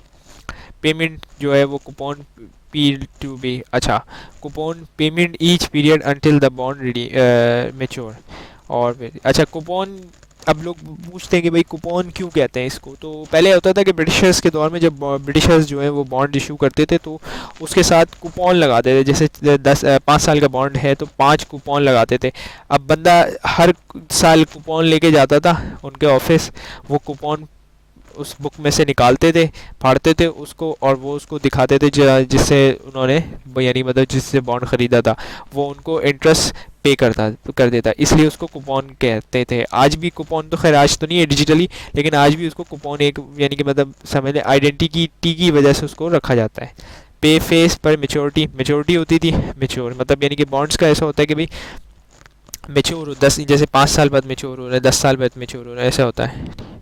Since the default, since the over mention the promise contract issue when fail to keep them subject as a legal action on the behalf of lender। मतलब क्या, अगर कोई बंदा यानी कि मतलब बॉन्ड होल्डर जो है वो fail to keep him the subject to legal action, मतलब since the promisor are construct obligation to an issuer which fail to keep them subject to be bond holder on the behalf, यानी मतलब अगर कोई bond holder जो है यानी कि मतलब डिफ़ॉल्ट अगर हो जाए तो बॉन्ड होल्डर के पास लीगल एक्शंस के लिए, यानी मतलब अगर कोई भी ऐसा नहीं है कि कोई भी बॉन्ड इशू करता फिर उसके ख़िलाफ़ लीगल एक्शन हो सकता है अगर वो गलती करेगा, यानी मतलब फेल होगा अगर कोई काम करने में, तो उसके ख़िलाफ़ यानी मतलब ऑब्लिगेशन जो उसने लिए कि भाई मैं इतने इंटरेस्ट पे करूँगा तो वो इन्हें ज़रूरी है कि वो इंटरेस्ट पे करेगा। अगर नहीं करेगा तो उसके खिलाफ बॉन्ड होल्डर जो है वो केस कर सकता है या लीगल एक्शन ज़रूर ले सकता है। अब bond, the value of bond may be fluctuate at interest rate change in the market where the bond remain the same when the interest rate has rise the bond price it declined that to be, हाँ, when the interest rate fall the bond more worth and there may be to the, अच्छा, अब ये बात है कि भाई अगर interest rate बढ़ेगा तो बॉन्ड की वैल्यू गिर जाएगी। अब लोग बोलेंगे यार किसी ने 1000 रुपये का बॉन्ड ख़रीदा है, इंटरेस्ट रेट बढ़ जाएगा तो उसको और इंटरेस्ट मिलेगा। नहीं, ऐसा नहीं होता। मैं आपको एक मिसाल से समझाता हूँ। जैसे कि भाई आप मान लें कि आपने एक बॉन्ड लिया हुआ है 1000 रुपीज़ का, थोड़ी सी राइटिंग ख़राब है, 1000 रुपीज़ का, और जो आपको इस पे देना पड़ रहा है वो कितने आपको देना पड़ रहे हैं, यानी मतलब आपको 4% इसमें इंटरेस्ट मिल रहा है, 40 रुपये आपको रेट मिल रहा है। तो अब मार्केट के अंदर इंटरेस्ट जो है वो बढ़ गया, बढ़ने से कितना हो गया, 5% इंटरेस्ट हो गया। अब 5% इंटरेस्ट हो गया तो बॉन्ड की वैल्यू कैसे गिरी, बॉन्ड की वैल्यू ऐसे गिरी कि इंटरेस्ट तो आपको इतना ही मिल रहा था 40%, ठीक है। अब लेकिन 5% जैसे ही इंटरेस्ट हुआ तो 800 रुपये वाला जो बॉन्ड है वो भी 40% आपको इंटरेस्ट दे रहा है। तो आपके बॉन्ड की यानी मतलब अब जो 1000 रुपये वाला बॉन्ड जो 4% पे 40 रुपये दे रहा था, अब तो वही 800 रुपये वाला बॉन्ड आपको 5% इंटरेस्ट रेट की वजह से 40 रुपये रिटर्न दे रहा है। तो देखा आपने बॉन्ड की जो वैल्यू है, यानी मतलब बॉन्ड जो है वो आपका गिर गया, यानी मतलब 800 रुपये उसकी वैल्यू हो गई, ठीक है। इसी तरीके से अगर मार्केट में इंटरेस्ट रेट जो है वो कम हो जाए, यानी मतलब 2.5% हो जाए, अगर मान लें हम 2.5% हो जाए, और अब आपको इंटरेस्ट कितना मिल रहा है 40%, लेकिन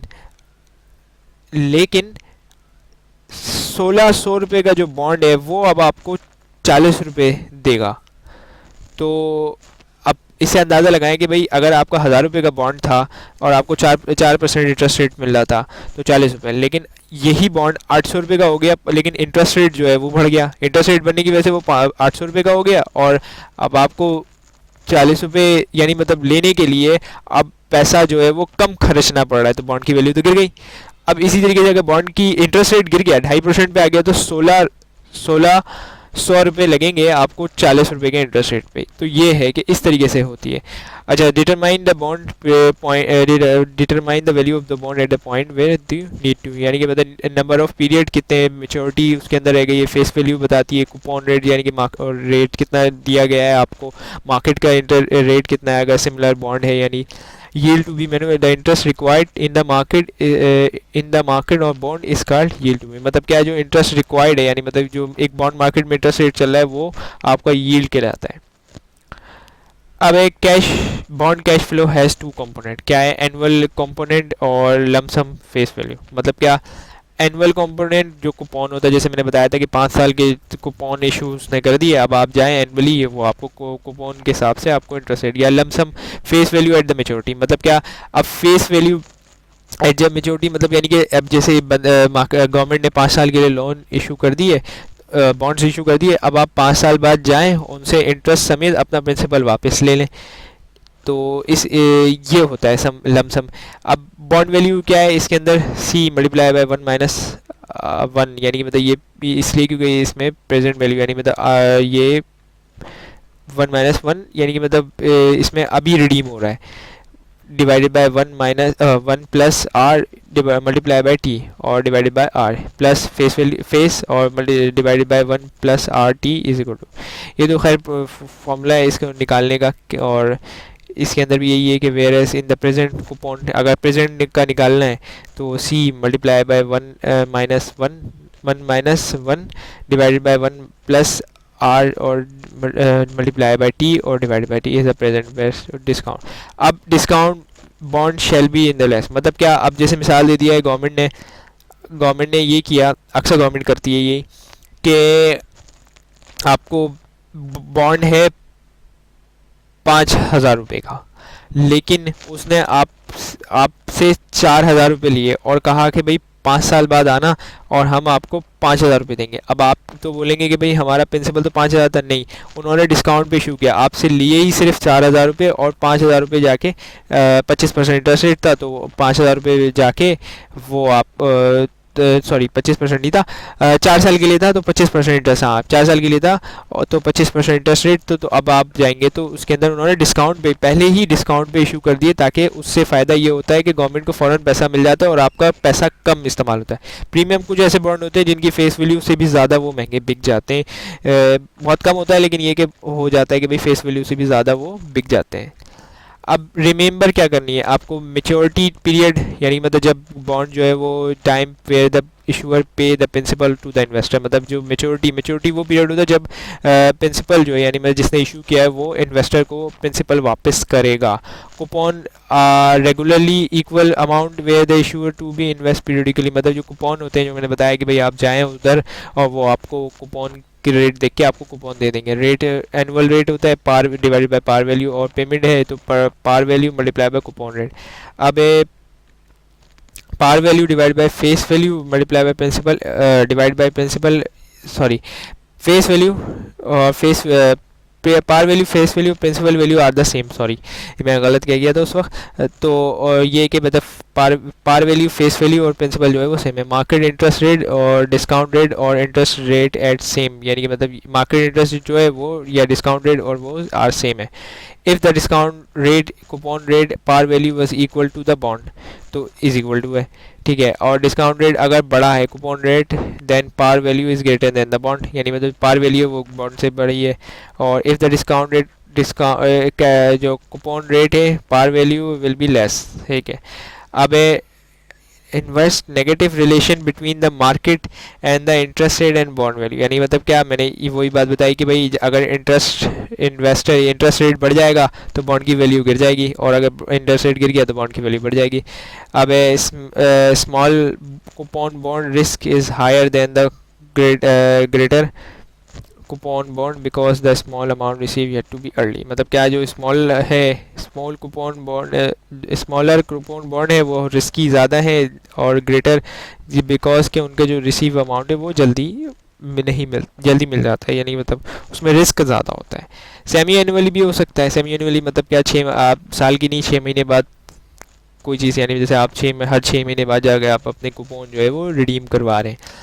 इंटरेस्ट रेट रिस्क क्या होता है? The interest rate risk arise for the bond owner the fluctuation of the interest. मतलब क्या, अगर इंटरेस्ट फ्लक्चुएट यानी मतलब गवर्नमेंट ने बढ़ा दिया या कम कर दिया, तो वो बॉन्ड ओनर यानी मतलब जो फ्लक्चुएट कर रहा है वो इंटरेस्ट रेट रिस्क लाता है। अब interest rate depend upon the how sensitive price in the interest rate, यानी मतलब अगर कितना जाहिर सी मतलब कितना सेंसिटिविटी है कि मतलब कितनी फ्रिक्वेंटली चेंज होता है। अब इसमें सेंसिटिविटी डिपेंड किस चीज़ पे करती है? Time of maturity. जाहिर सी जितना लंबा बॉन्ड है तो मतलब 5 साल का बॉन्ड है तो बहुत ज़्यादा चेंज हो सकता है इंटरेस्ट रेट। और कूपन रेट जो आपको रेट दिया गया है वो कितना है? अगर ऑल अदर सेम यानी कि मतलब अगर सारी चीज़ें सही रखें, लॉन्ग टर्म मेच्योरिटी है, the greater the interest rate risk. यानी कि मतलब क्या है कि जितना जाहिर सी मैंने बताया कि भाई अगर 5 साल 10 साल का लोन है तो उसका उतना ही रिस्क है। और अब अदर द इक्वल, अब interest rate the lower the coupon rate and the greater the interest rate. मतलब क्या, अगर कूपन रेट कम होगा तो जाहिर सी बात है इंटरेस्ट आपको कम मिल रहा है, यानी इसका मतलब तो अब जाहिर सी बात है इंटरेस्ट रेट कम मिल रहा है। अगर इन्फ्लेशन रेट ज़्यादा हो गया इंटरेस्ट रेट से तो आपका लॉस है, ये बात इसमें की जा रही है। अब बॉन्ड प्राइसिंग थ्योरम, मतलब बॉन्ड की प्राइस किस तरीके से डिटरमाइन या बॉन्ड की प्राइस कैसे होती है? Bond and market interest rate जो मूव अपोजिट, अपोजिट मतलब यानी कि बॉन्ड ऊपर जाएगा तो मार्केट इंटरेस्ट रेट नीचे जाएगा, बॉन्ड नीचे जाएगा तो मार्केट रेट ऊपर जाएगा, ये बात है। When bond coupon rate is greater than और equal to less than the market required the return bond value and the grade to be par value. मतलब क्या कि जो अगर बॉन्ड रेट है यानी कि मतलब वैन का बॉन्ड जो कूपन रेट है वो ग्रेटर है या इक्वल है और लेस है मार्केट रिक्वायर्ड रिटर्न्स के, तो जो बॉन्ड वैल्यू है विल बी ग्रेटर हो जाएगी, पार वैल्यू। अब when two bonds identically but maturity in the price of long term bond will change more than the short term bond as to be market interest. मतलब क्या, जो अगर दो bond है identical same है तब भी उनकी जो but maturity the price of longer bond more than the shorter, यानी मतलब लॉन्गर बॉन्ड्स पे ज़्यादा इफेक्ट है, शॉर्टर बॉन्ड पे कम इफेक्ट है। और फिर given the two bonds in identical उनके coupon the rate the lower coupon bond in more higher than the given. मतलब वही बात है कि भाई जो कूपन रेट है coupon but the price lower will change more than the higher value, ठीक है। और finding the yield to maturity by trial and error method, यानी मतलब करते रहें और फिर एरर करें, फिर ट्रायल एंड एरर मेथड के ज़रिए आपको मिल जाएगी। तो अब बात करते हैं डेब्ट्स और इक्विटी की। डेब्ट्स और इक्विटी में क्या फ़र्क है? बेसिक सा फ़र्क बता दूं, डेब्ट मतलब कर्जा, इक्विटी मतलब ओनरशिप। आइए देखते हैं। अगर कॉर्पोरेट कोई भी सिक्योरिटी इशू करती है तो वो क्लासिफाइड दो ही चीज़ों में करती है, या तो वो इक्विटी होगी या डेब्ट होगी। और व्हेन कॉर्पोरेट बोरोइंग जब करती है तो वो प्रॉमिस करती है किस चीज़ का, कि वो रेगुलरली इंटरेस्ट पे करेगी, ये हम डेब्ट की बात कर रहे हैं। और repay the original borrowing to the principal, मतलब क्या कि जो प्रिंसिपल यानी कि मिसाल दे दिया है कि वो एक बॉन्ड है वो 1000 रुपये का है तो उस पर इंटरेस्ट 10% है, तो वो रेगुलर अगर वो 5 साल का है तो 5 साल तक उस पर इंटरेस्ट भी मिलेगा और वो जो प्रिंसिपल है वो भी रीपे हो जाएगा। अब मेन डिफरेंस जो इक्विटी और डेब्ट का है वो ये है कि डेब्ट जो है वो ओनरशिप नहीं करता और इक्विटी जो है वो ओनरशिप में आ जाती है। मतलब क्या, जो क्रेडिटर्स हैं वो जो है उनके पास ना तो वोटिंग राइट होता है और ना वो किसी ओनरशिप मिलती है उनको। और जो कॉर्पोरेट बॉन्ड्स होते हैं वो जो होते हैं वो उसमें यानी कि मतलब टैक्स जो है वो डिडक्ट किया जाता है, डिविडेंड के अंदर टैक्स डिडक्ट नहीं किया जाता। कभी कभार किया जाता है वैसे तो, लेकिन ये कि डिविडेंड में भी टैक्स होता है, लेकिन ये कि इसमें लिखा हुआ है, लेकिन ये कि डिविडेंड पे भी टैक्स होता है। Unpaid debts is a liability of the firm, ये लाइबिलिटी है।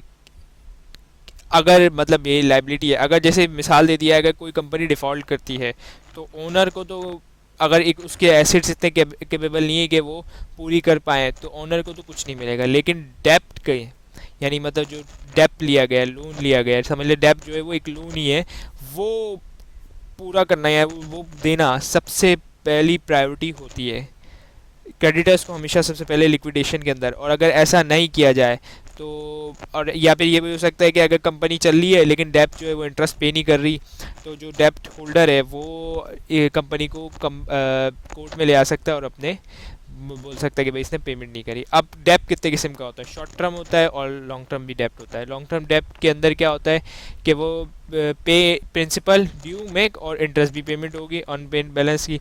शॉर्ट टर्म के अंदर मेच्योरिटी डेट जो होती है 1 ईयर होती है, 1 ईयर से लेस, यानी मतलब 12 महीने का होता है या 12 महीने से कम का होता है। और अब डेप्ट की डेप्ट क्या डिबेंचर्स और बॉन्ड्स की सूरत में होता है। मतलब यानी कि अगर इसको हम डिबेंचर भी कह सकते हैं, नोट कह सकते हैं, डिबेंचर कह सकते हैं और बॉन्ड कुछ भी कह सकते हैं इसको।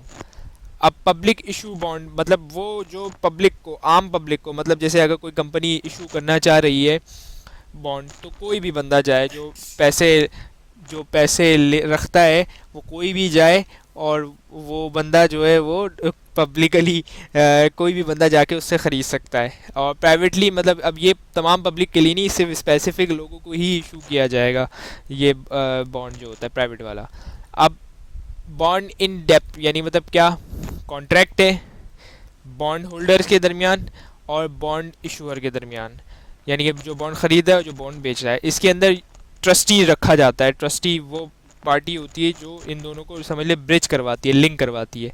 और बैंक ही होते हैं यूजली नॉर्मल, जो प्रोटेक्ट करते हैं किसके, इशूअर, जो प्रोटेक्ट करते हैं किसको, हायर, इशूअर हायर करता है और वो प्रोटेक्ट करता है बॉन्ड होल्डर को। और ट्रस्टी होने की शराइत क्या क्या है कि वो तमाम कंडीशंस माने इन डिबेंचर की। Manage the sink fund, sink fund में हम आगे पढ़ेंगे, मैं आगे आपको डिस्कस आगे बताऊंगा इस सिंक फंड के बारे में। सिंक फंड क्या होता है, यहाँ पे सिर्फ मैं बता दूँ, सिंक फंड को मैनेज करता है। रिप्रेजेंट बॉन्ड होल्डर डिफॉल्ट, यानी जितने भी डिफॉल्ट होते हैं उनको रिप्रेजेंटेशन देखता है, जो समझ लिए एक तरीके से मैनेजर होता है बड़ा सा, जो इन सब डेप्ट को मैनेज कर रहा होता है। इन डेटर उसके अंदर क्या हो, basic term of the bond issue, यानी मतलब जो बेसिक टर्म होती है, जो टोटल अमाउंट, कितने अमाउंट के डेप्ट इशू हो जाएंगे, डिस्क्रिप्ट ऑफ द सिक्योरिटी, अगर उससे कोई सिक्योरिटी रखी गई तो वो कितनी होगी, और रीपेमेंट अरेंजमेंट होगा, जाहिर सी बात है जब मेच्योरिटी हो जाएगी तो उनकी रीपेमेंट और अरेंजमेंट होगा। कॉल प्रोविजन है, यानी कि मतलब अगर बॉन्ड वापस खरीदना है तो उसकी प्रोविजन है। और डिटेल और प्रोटेक्ट कंट्री, यानी मतलब प्रोटेक्टिव क्या होगा। अब at terms of the bond, security is classified and collateral and mortgages and protective. Collateral and mortgage, mortgages मतलब यानी कि बॉन्ड के बदले कुछ रखवा देना, मतलब जैसे मिसाल दी जाए सिक्योरिटी यहाँ पे जैसे कि कोई एसिड रख दिया, कोलेट्रल के मतलब प्लेज कर दिया, रहन रखवा दिया कोई भी चीज़। और फिर उसके बाद सिक्योरिटी क्या है, real property boring, real property of the boring involve in real estate, मतलब यानी कि मॉर्गेज के अंदर मतलब इसके अंदर कोई एसिड रखवा दिया और इसके अंदर रियल स्टेट रखवा दिया। यूजली होता है, कुछ और भी रख सकते हैं लेकिन यूजली जो है वो। अनसिक्योर्ड डेब्ट is no specified pledge of property, मतलब अनसिक्योर्ड डेब्ट वो होता है, अनसिक्योर्ड बॉन्ड वो होता है जिसके पीछे कोई भी एसिड या कोई भी चीज़ ऐसी नहीं रखी हुई गई कि अल्लाह ना करे, खुदा ना करे, अगर कोई बॉन्ड डिफॉल्ट या कंपनी डिफॉल्ट करती है तो उसको बेच के उसको पे किया जा सकता है। टर्म्स नोट क्या होगा, इंस्ट्रूमेंट जो लेस देन 10 ईयर्स के लिए इशू किया और सीनियरिटी, ये टर्म्स ऑफ बॉन्ड चल रहा है।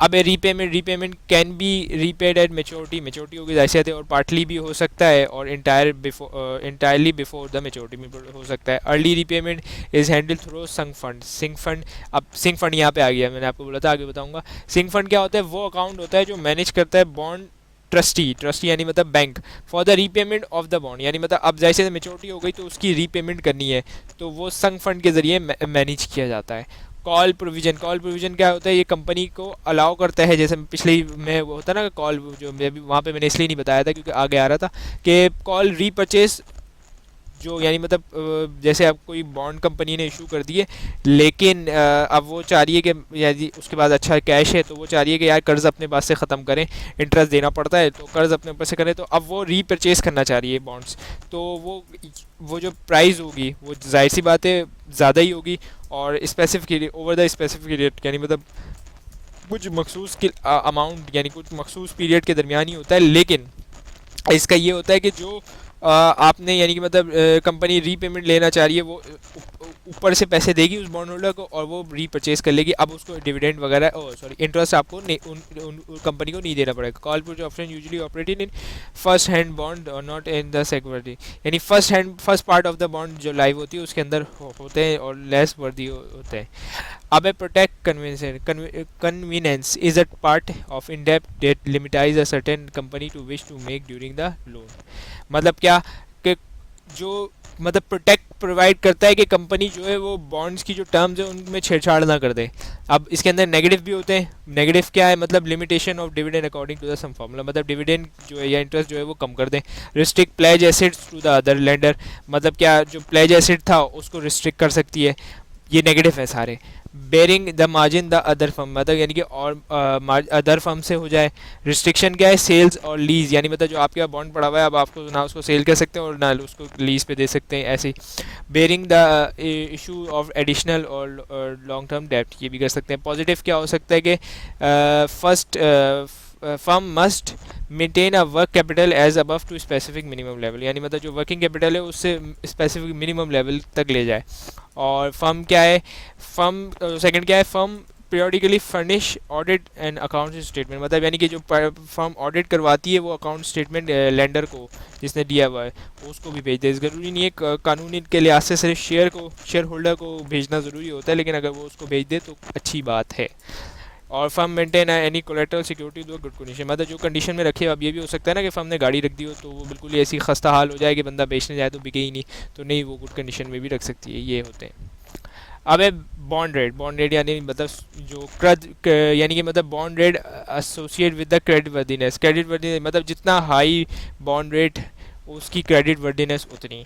अब क्रेडिट वर्दीनेस किस तरीके से, कि एक एजेंसी होती है जो पाकिस्तान क्रेडिट एजेंसी के यानी पाकिस्तान के अंदर पाकिस्तान क्रेडिट रेटिंग एजेंसी होती है, ये बताती है कि कौन फर्म कितना पैसा देने यानी मतलब कितनी इंटरेस्ट पे कर सकती है या कौन रिलायबल है। जैसे मिसाल दे दिया होता है ना हमारी कि ब्लू चिप कंपनी और रेड चिप, इस तरीके ब्लू चिप अच्छी, रेड चिप जो है वो इतनी अच्छी नहीं है। तो इसी तरीके से इसमें रेटिंग एजेंसीज होती हैं जो ये सब देखती हैं। पाकिस्तान के अंदर पाकिस्तान क्रेडिट रेटिंग एजेंसी काम करती है, जो रेटिंग देती है कंपनीज़ को या फिर जो इंटरेस्ट पे कर रही होते हैं तो किस हिसाब से रेटिंग देती है। अगर इन्वेस्टमेंट ग्रेड जो देखा जाए, अगर ट्रिपल ए रेटिंग है तो बेहतरीन है, मतलब ये जो है वो डिफ़ॉल्ट के चांसेस कम हैं और पे आपकी जो इन्वेस्टमेंट है वो डूबने के चांसेस कम है। डबल ए रेटिंग है वो भी अच्छी की जाती है। और ए रेटिंग है, हाई क्रेडिट रेटिंग है, डिनोटेड लो एक्सपेक्टेशन, लो है, वेरी वेरी लो नहीं है लेकिन लो है एक्सपेक्टेशन। और बी है जो गुड है but indicate there is a current low expectation of risk, यानी मतलब सही है, नॉर्मल है, हम इसको अच्छा या बुरा नहीं कह सकते। लेकिन स्पेकुलेशन ग्रेडिंग कैसे होती है, बी जो है वो इंडिकेट करता है possibly credit risk develop, risk हो सकता है। और बी मतलब high speculation indicate the significance risk present but limitize to margin safety, यानी मतलब है सिग्निफिकेंस रिस्क तो है बट लिमिटाइज नहीं है इतना, यानी कि इस मार्जिन ऑफ सेफ्टी से ऊपर नहीं जा रहा। ले सकता है कैलकुलेटेड रिस्क ले सकते हैं लेकिन मार्जिन ऑफ सेफ्टी से नहीं आ रहा ये। और जो सी रेटिंग है, हाई डिफ़ॉल्ट कर सकते हैं और पॉसिबली कर सकता है डिफ़ॉल्ट। और जो शॉर्ट रेटिंग जो है वो देती है कंपनी, वो ए आई जो है वो कैपेसिटी है, हाई रीपेमेंट यानी मतलब रीपेमेंट कर सकती है। स्ट्रॉन्ग कैपेसिटी है ए आई की प्लस, और ए आई टू सेटिस्फाई है, मतलब ठीक है, नॉर्मल रीपेमेंट है, कर सकते हैं इकोनॉमिकल डिसीजन। और three adequate timely repayment but more suspectable and advisable economic condition, ये भी बट ठीक है, नॉर्मल है repayment, suspected to be business, ये भी नॉर्मल है। और सी जो है अनएडिक्वेटेड टाइमली रीपेमेंट और डिफ़ॉल्ट के चांसेस है। डी जो है ये ज़्यादा तौर पे उनके लिए ज़्यादा फ़ायदेमंद रहती है जो इन्वेस्टमेंट डिसीजन कर रहे होते हैं या फिर ले रहे होते हैं, कि वो किसी जगह यानी मतलब जो इन्वेस्टर है वो ये देख रहा होता है कि यार रेटिंग एजेंसी ने कितनी रेटिंग दी हुई है, उस हिसाब से वो इन्वेस्ट करता है। लेकिन ज़रूरी नहीं है कि हतमी राय नहीं है, क्योंकि ली मैन ब्रदर जो 2008 का क्राइसिस आया था उसके अच्छी रेटिंग थी, अच्छी क्रेडिट रेटिंग थी, लेकिन तब भी वो डिफ़ॉल्ट कर गई थी कंपनी 2008 के क्राइसिस के अंदर। अब एक डिफरेंट ऑफ बॉन्ड, यानी मतलब कितने किस्म के बॉन्ड होते हैं। गवर्नमेंट बॉन्ड इशू करती है गवर्नमेंट जब किसी कंपनी जब गवर्नमेंट पब्लिक से पैसा उठाना चाह रही होती है किसी काम के लिए, तो वो बोरिंग करती है गवर्नमेंट बोरिंग के ज़रिए, जिसके अंदर मोर देन 1 ईयर। और it was known as a treasury note. ये ट्रेजरी नोट के ज़रिए क्या आता है, government issue default is zero. ऐसे तो गवर्नमेंट कहाँ भागेगी, गवर्नमेंट के इंटरेस्ट, अच्छा गवर्नमेंट के जो इंटरेस्ट रेट होते हैं वो हमेशा कम होते हैं। क्यों, उसकी एक वजह होती है कि गवर्नमेंट के लोन के डिफ़ॉल्ट के चांसेस ना के बराबर होते हैं। गवर्नमेंट थोड़ी भाग नहीं गई, गवर्नमेंट कहीं जाएगी नहीं। अब कोई कंपनी तो डिफ़ॉल्ट हो सकती है लेकिन गवर्नमेंट डिफ़ॉल्ट नहीं कर सकती, इसलिए गवर्नमेंट के जो रिस्क के चांसेस होते हैं वो बहुत रेयर केसेस होते हैं कि गवर्नमेंट डिफ़ॉल्ट कर जाए, वैसे तो ना के बराबर ही होते हैं तकरीबन। और इनका एक और भी फ़ायदा होता है, इसलिए भी इसका इंटरेस्ट रेट कम होता है क्योंकि एग्जम्पशन होती है इनकम टैक्स के अंदर। इनकम टैक्स इनको नहीं, यानी मतलब इनके अंदर जो प्रॉफिट आता है उसमें इनकम टैक्स वगैरह एग्जम्प्ट होता है। जैसे बहबूद सर्टिफिकेट वगैरह होते हैं, इनके ऊपर एग्जम्प्ट बहुत कम होता है या तो टैक्स, और या फिर एग्जम्प्ट ही होता है। और ज़ीरो कूपन रेट मैंने कूपन तो पहली स्लाइड में बता दिया कि इसको कूपन क्यों कहते हैं। कि अब ये क्या है, bond repay no coupon at all and offer the price as much low as static value, यानी मतलब क्या कि जो मतलब ये जो पे है not zero at all, zero not coupon at all, offer a price which is lower than it's static value, यानी मतलब लोअर प्राइस होती है स्टैटिक वैल्यू से। और इसमें फॉर एक tax purposes the issuer of zero head bond deduct the interest every year and throw interest not actually paid. मतलब क्या कि मतलब वो पहले ही डिडक्ट कर लेता है interest through not actually paid, यानी मतलब जो इंटरेस्ट सॉरी जो टैक्स है वो पहले ही डिडक्ट कर लिया जाता है ज़ीरो। फ्लोट रेट का मतलब समझ लें आप कि कभी ऊपर जा सकता है और कभी नीचे जा सकता है। इसके अंदर हम फ्लोर और सीलिंग का कॉन्सेप्ट को मैं थोड़ा सा आपको एक्सप्लेन करूँगा, देखते हैं क्या है ये। In case of floor rate the concept of repayment adjusting as the interest rate index has treasury interest, मतलब क्या है, इसके अंदर ऊपर भी जा सकता है जो इंटरेस्ट रेट है और नीचे भी, लेकिन एक कैप के दरमियान रहेगा। Holder right redeem note as per the coupon rate after specific period, इसका पुट प्रोविजन, यानी मतलब क्या कि राइट रिडीम है as per the coupon rate but after the sum, यानी मतलब कुछ अरसे बाद कूपन रेट।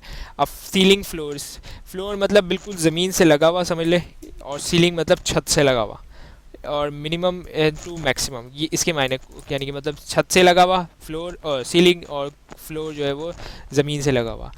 और this coupon rate is collab and upper lower the interest, यानी कि मतलब ये वो होते हैं जो, यानी मतलब या तो ऊपर होते हैं बहुत ऊपर, या फिर लो इंटरेस्ट रेट होते हैं। Interest rate is typically floor bond in the inflation link, यानी मतलब इन्फ्लेशन से इसका लिंक होता है, और जो बॉन्ड है वो adjusting according to the inflation, मतलब क्या है, अगर अब जैसे मिसाल दिया किसी बंदे ने 10% बॉन्ड ले लिया, अब इन्फ्लेशन जो है वो बढ़ गया 12%, तो अब उसकी नेगेटिव सेविंग हो गई, तो उसके हिसाब से इंटरेस्ट जो है वो इन्फ्लेशन के हिसाब से एडजस्ट करता है। अब other type of bond, income bond has coupon payment depend upon company sufficient enough to support the payment, मतलब क्या कि सफिशिएंट इनकम है कंपनी तो उसको सपोर्ट करता है रीपेमेंट के लिए। कन कन्वर्टेबल बॉन्ड, हाँ कन्वर्टेबल बॉन्ड वो बॉन्ड होते हैं जो मतलब जैसे आपने 3 साल के लिए कंपनी ने बॉन्ड इशू की और एक ऑप्शन रख दिया कि ये 3 साल बाद आप इसी बॉन्ड को अपनी जो शेयर है, यानी मतलब बॉन्ड तो लोन है, लेकिन इस लोन को इक्विटी में आप कन्वर्ट कर सकते हैं, शेयर्स में कन्वर्ट कर सकते हैं जब मेचोरिटी हो जाएगी।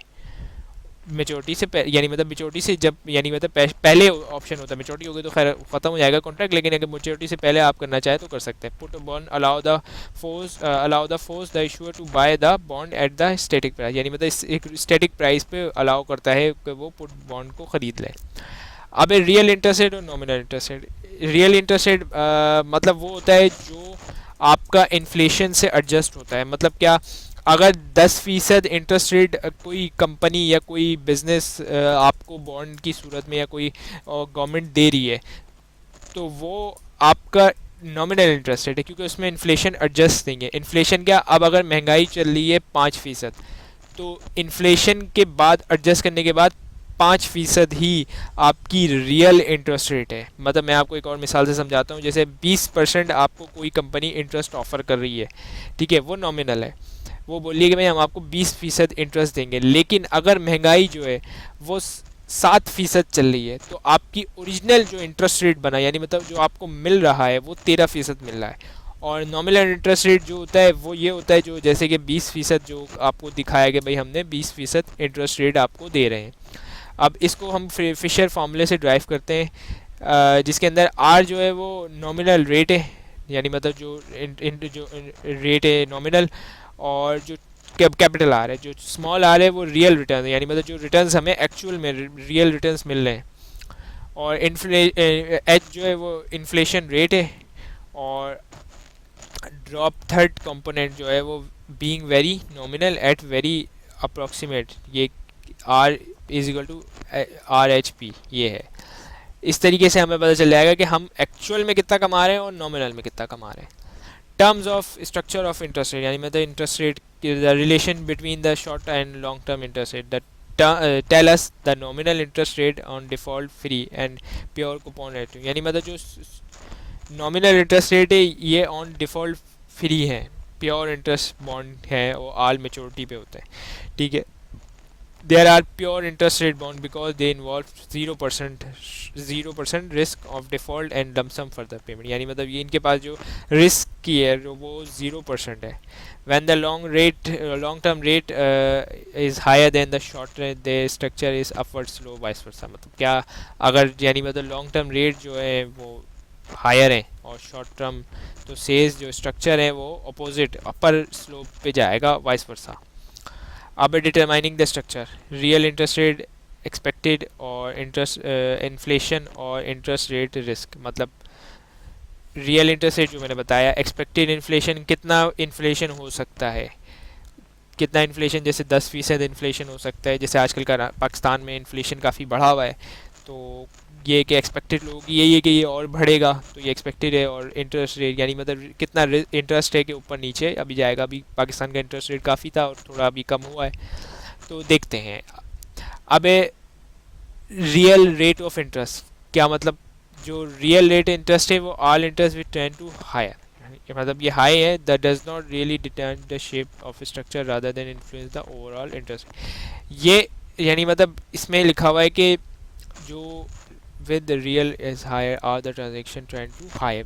अच्छा, the real interest rate does not really determine shape of the term of structure rather than influence the overall यानी मतलब इतना shape term of structure में है लेकिन rather than involve ये overall interest को affect नहीं करता लेकिन ये कि shape कर सकता है. ये perspective of future inflation it is very influenced that to the terms the value of dollar on the return wise to the payment in होता मतलब क्या आज की जो वैल्यू डॉलर की है वो यानी मतलब इन्फ्लेशन के बाद जाहिर सी बात है उसकी वैल्यू कम हो जाएगी.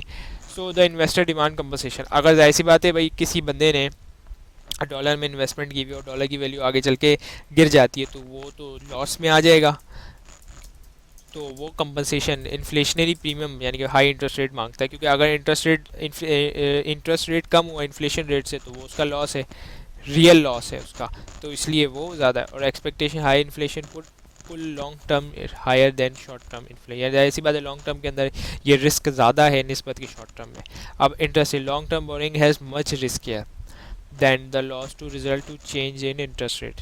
जाहिर सी बात है जो लॉन्ग टर्म है उनके अंदर रिस्क ज़्यादा है कि इंटरेस्ट रेट चेंज हो सकता है. अब इन्वेस्टर रिकग्नाइज रिस्क जो रिस्क करेगा compensation in the form of bearing यानी मतलब जाहिर सी बात है इस चीज़ को इन्वेस्टर देखेगा कि भाई अगर मेरा जो लॉस है वो बढ़ जाएगा तो वो उसको कम करेगा. Long term of maturity the greater is the interest rate and interest rate premium यानी जाहिर सी बात है जब रिस्क बढ़ जाएगा तो वो इंटरेस्ट प्रीमियम मांगेगा क्योंकि उसका जो इन्फ्लेशन था वो तो बढ़ गया तो अब उसकी नेगेटिव सेविंग आ गई तो वो उसको कंपनसेशन करने के लिए ज़्यादा मांगेगा. अब अगर interest rate premium increase at decrease rate the interest rate. अब बॉन्ड यील्ड और यील्ड कवर द डिफरेंस क्या है इनका कि प्योर डिस्काउंट बॉन्ड है और बेस ऑन कूपन बॉन्ड है. अब इनके अंदर क्या है कि ये है हाईली लिक्विड यानी मतलब आसानी से पैसे में कन्वर्ट हो सकते हैं, टैक्सेबल हैं और डिफ़ॉल्ट जो है वो फ्री है यानी इनमें रिस्क कम है. रिस्क पॉसिबल है डिफ़ॉल्ट का. Investor demand higher yield compensation at the default premium यानी मतलब अगर डिफ़ॉल्ट कोई करता है तो वो जो है वो हाई प्रीमियम मांगता है. Government are free from most taxes and yield low यानी मतलब गवर्नमेंट के जो टैक्सेस हैं वो बहुत क्या तो फ्री है टैक्सेस से. जैसा मैंने बहबूद सर्टिफिकेट की मिसाल दी इसके अंदर बहुत कम आपको टैक्स या तो बहुत कम है. और investor demand extra tax bond to compensate the unfavourable tax treatment is not a tax premium मतलब क्या अगर जाहिर से ज़्यादा टैक्स ज़्यादा है तो वो टैक्स प्रीमियम ही मांगेगा. Bond has very degree to liquidate मतलब कितनी जल्दी भाई लिक्विडिटी का मतलब है कोई भी एसेट आपका कितनी जल्दी पैसे की शक्ल में आ जाए फॉरन मतलब बॉन्ड आपके पास रखा हुआ है. अब आप किसी को जैसे आप देखें तो जो बॉन्ड होता है यानी मतलब जिसमें इनामात निकलते हैं वो आप किसी भी बंदे को दें वो आसानी से लेगा क्यों क्योंकि उसे पता है ये एज अ कैश ही चल रहा है जिस पे इनामात निकलते हैं। लेकिन अगर आप किसी के पास शेयर सर्टिफिकेट लेके जाएंगे, वो बोलेगा भाई ये क्या ले आए, क्योंकि उसके अंदर ट्रांसफ़र ऑफ ऑनरशिप का मसला है और भी बहुत सारे 2-3 मसले उसके हैं, तो इसकी वजह से वो दूर ही भागेगा। तो जो लिक्विड में यानी जल्दी से जल्दी लिक्विड में आ जाए उसके कहते हैं। Due to large number of bond much not easier price to sell is quick. जाहिर सी बात है, जब इतने सारे बॉन्ड होंगे तो उनको बेचना भी मुश्किल होगा, और investor demand liquid premium to compensate, liquid premium मांगेगा वो कंपनसेशन के लिए। अब है कैश फ्लो, मतलब इसके अंदर कॉमन स्टॉक वैल्यूएशन वैल्यूएशन निकाली जाती है। इसके अंदर डी जो है, जो P0 है, उसका मतलब है करंट प्राइस ऑफ स्टॉक, मतलब स्टॉक की कितनी करंट प्राइस चल रही है। और जो D1 है वो dividend paid eight the end of the period, इसका मतलब ये कि मतलब ये आखिर में कितना पेड डिविडेंड किया जाएगा। P1 जो है जो प्राइस इन वन पीरियड, यानी एक पीरियड के अंदर कितनी प्राइस है ये। और आई तो हमें पता ही है कि इंटरेस्ट है, और आर जो है वो तो इसका ये फॉर्मूला है। अब ये सेकंड पीरियड के लिए बात की जा रही है, फॉर सेकंड पीरियड, यानी मतलब ये फॉर सेकंड पीरियड के लिए ये बात की जा रही है। Alternative we can say that the stock price is equal to the present value of future are dividend, मतलब आज जो स्टॉक की प्राइस है वो उसकी आज प्रेजेंट वैल्यू है, ये है इसमें। और ज़ीरो ग्रोथ स्टॉक जो है वो share of common company with constant dividend जो पेमेंट कर रही है, ज़ीरो ग्रोथ रेट है। अब इसके अंदर डी इज इक्वल टू, यानी मतलब इसमें कांस्टेंट है ना, तो इसमें सारे इज इक्वल टू आ गए। So share price was P0 is equal to D slash R, और वैल्यू ऑफ स्टॉक इस तरीके से जो यहाँ पे दी गई है। अच्छा, ये जो है ये पावर है, ये यहाँ पे थोड़ा सा गलती है, मिस्टेक है, ये पावर है ऊपर है, ये नीचे नहीं है, ये ऊपर है, ये पावर है। तो मैं उम्मीद करता हूँ कि आपको ये लेक्चर समझ में आया होगा, जिसके अंदर हमने 1 से लेकर 22 लेक्चर को कवर करने की कोशिश की। अगर आपको इस लेक्चर से रिलेटेड कोई भी क्वेश्चन है अभी भी, तो नीचे कमेंट बॉक्स में मेंशन करें, और आप बताएं कि ACC50 आपको सब्जेक्ट कैसा लगा। और thank you for watching this video and best of luck for your examination.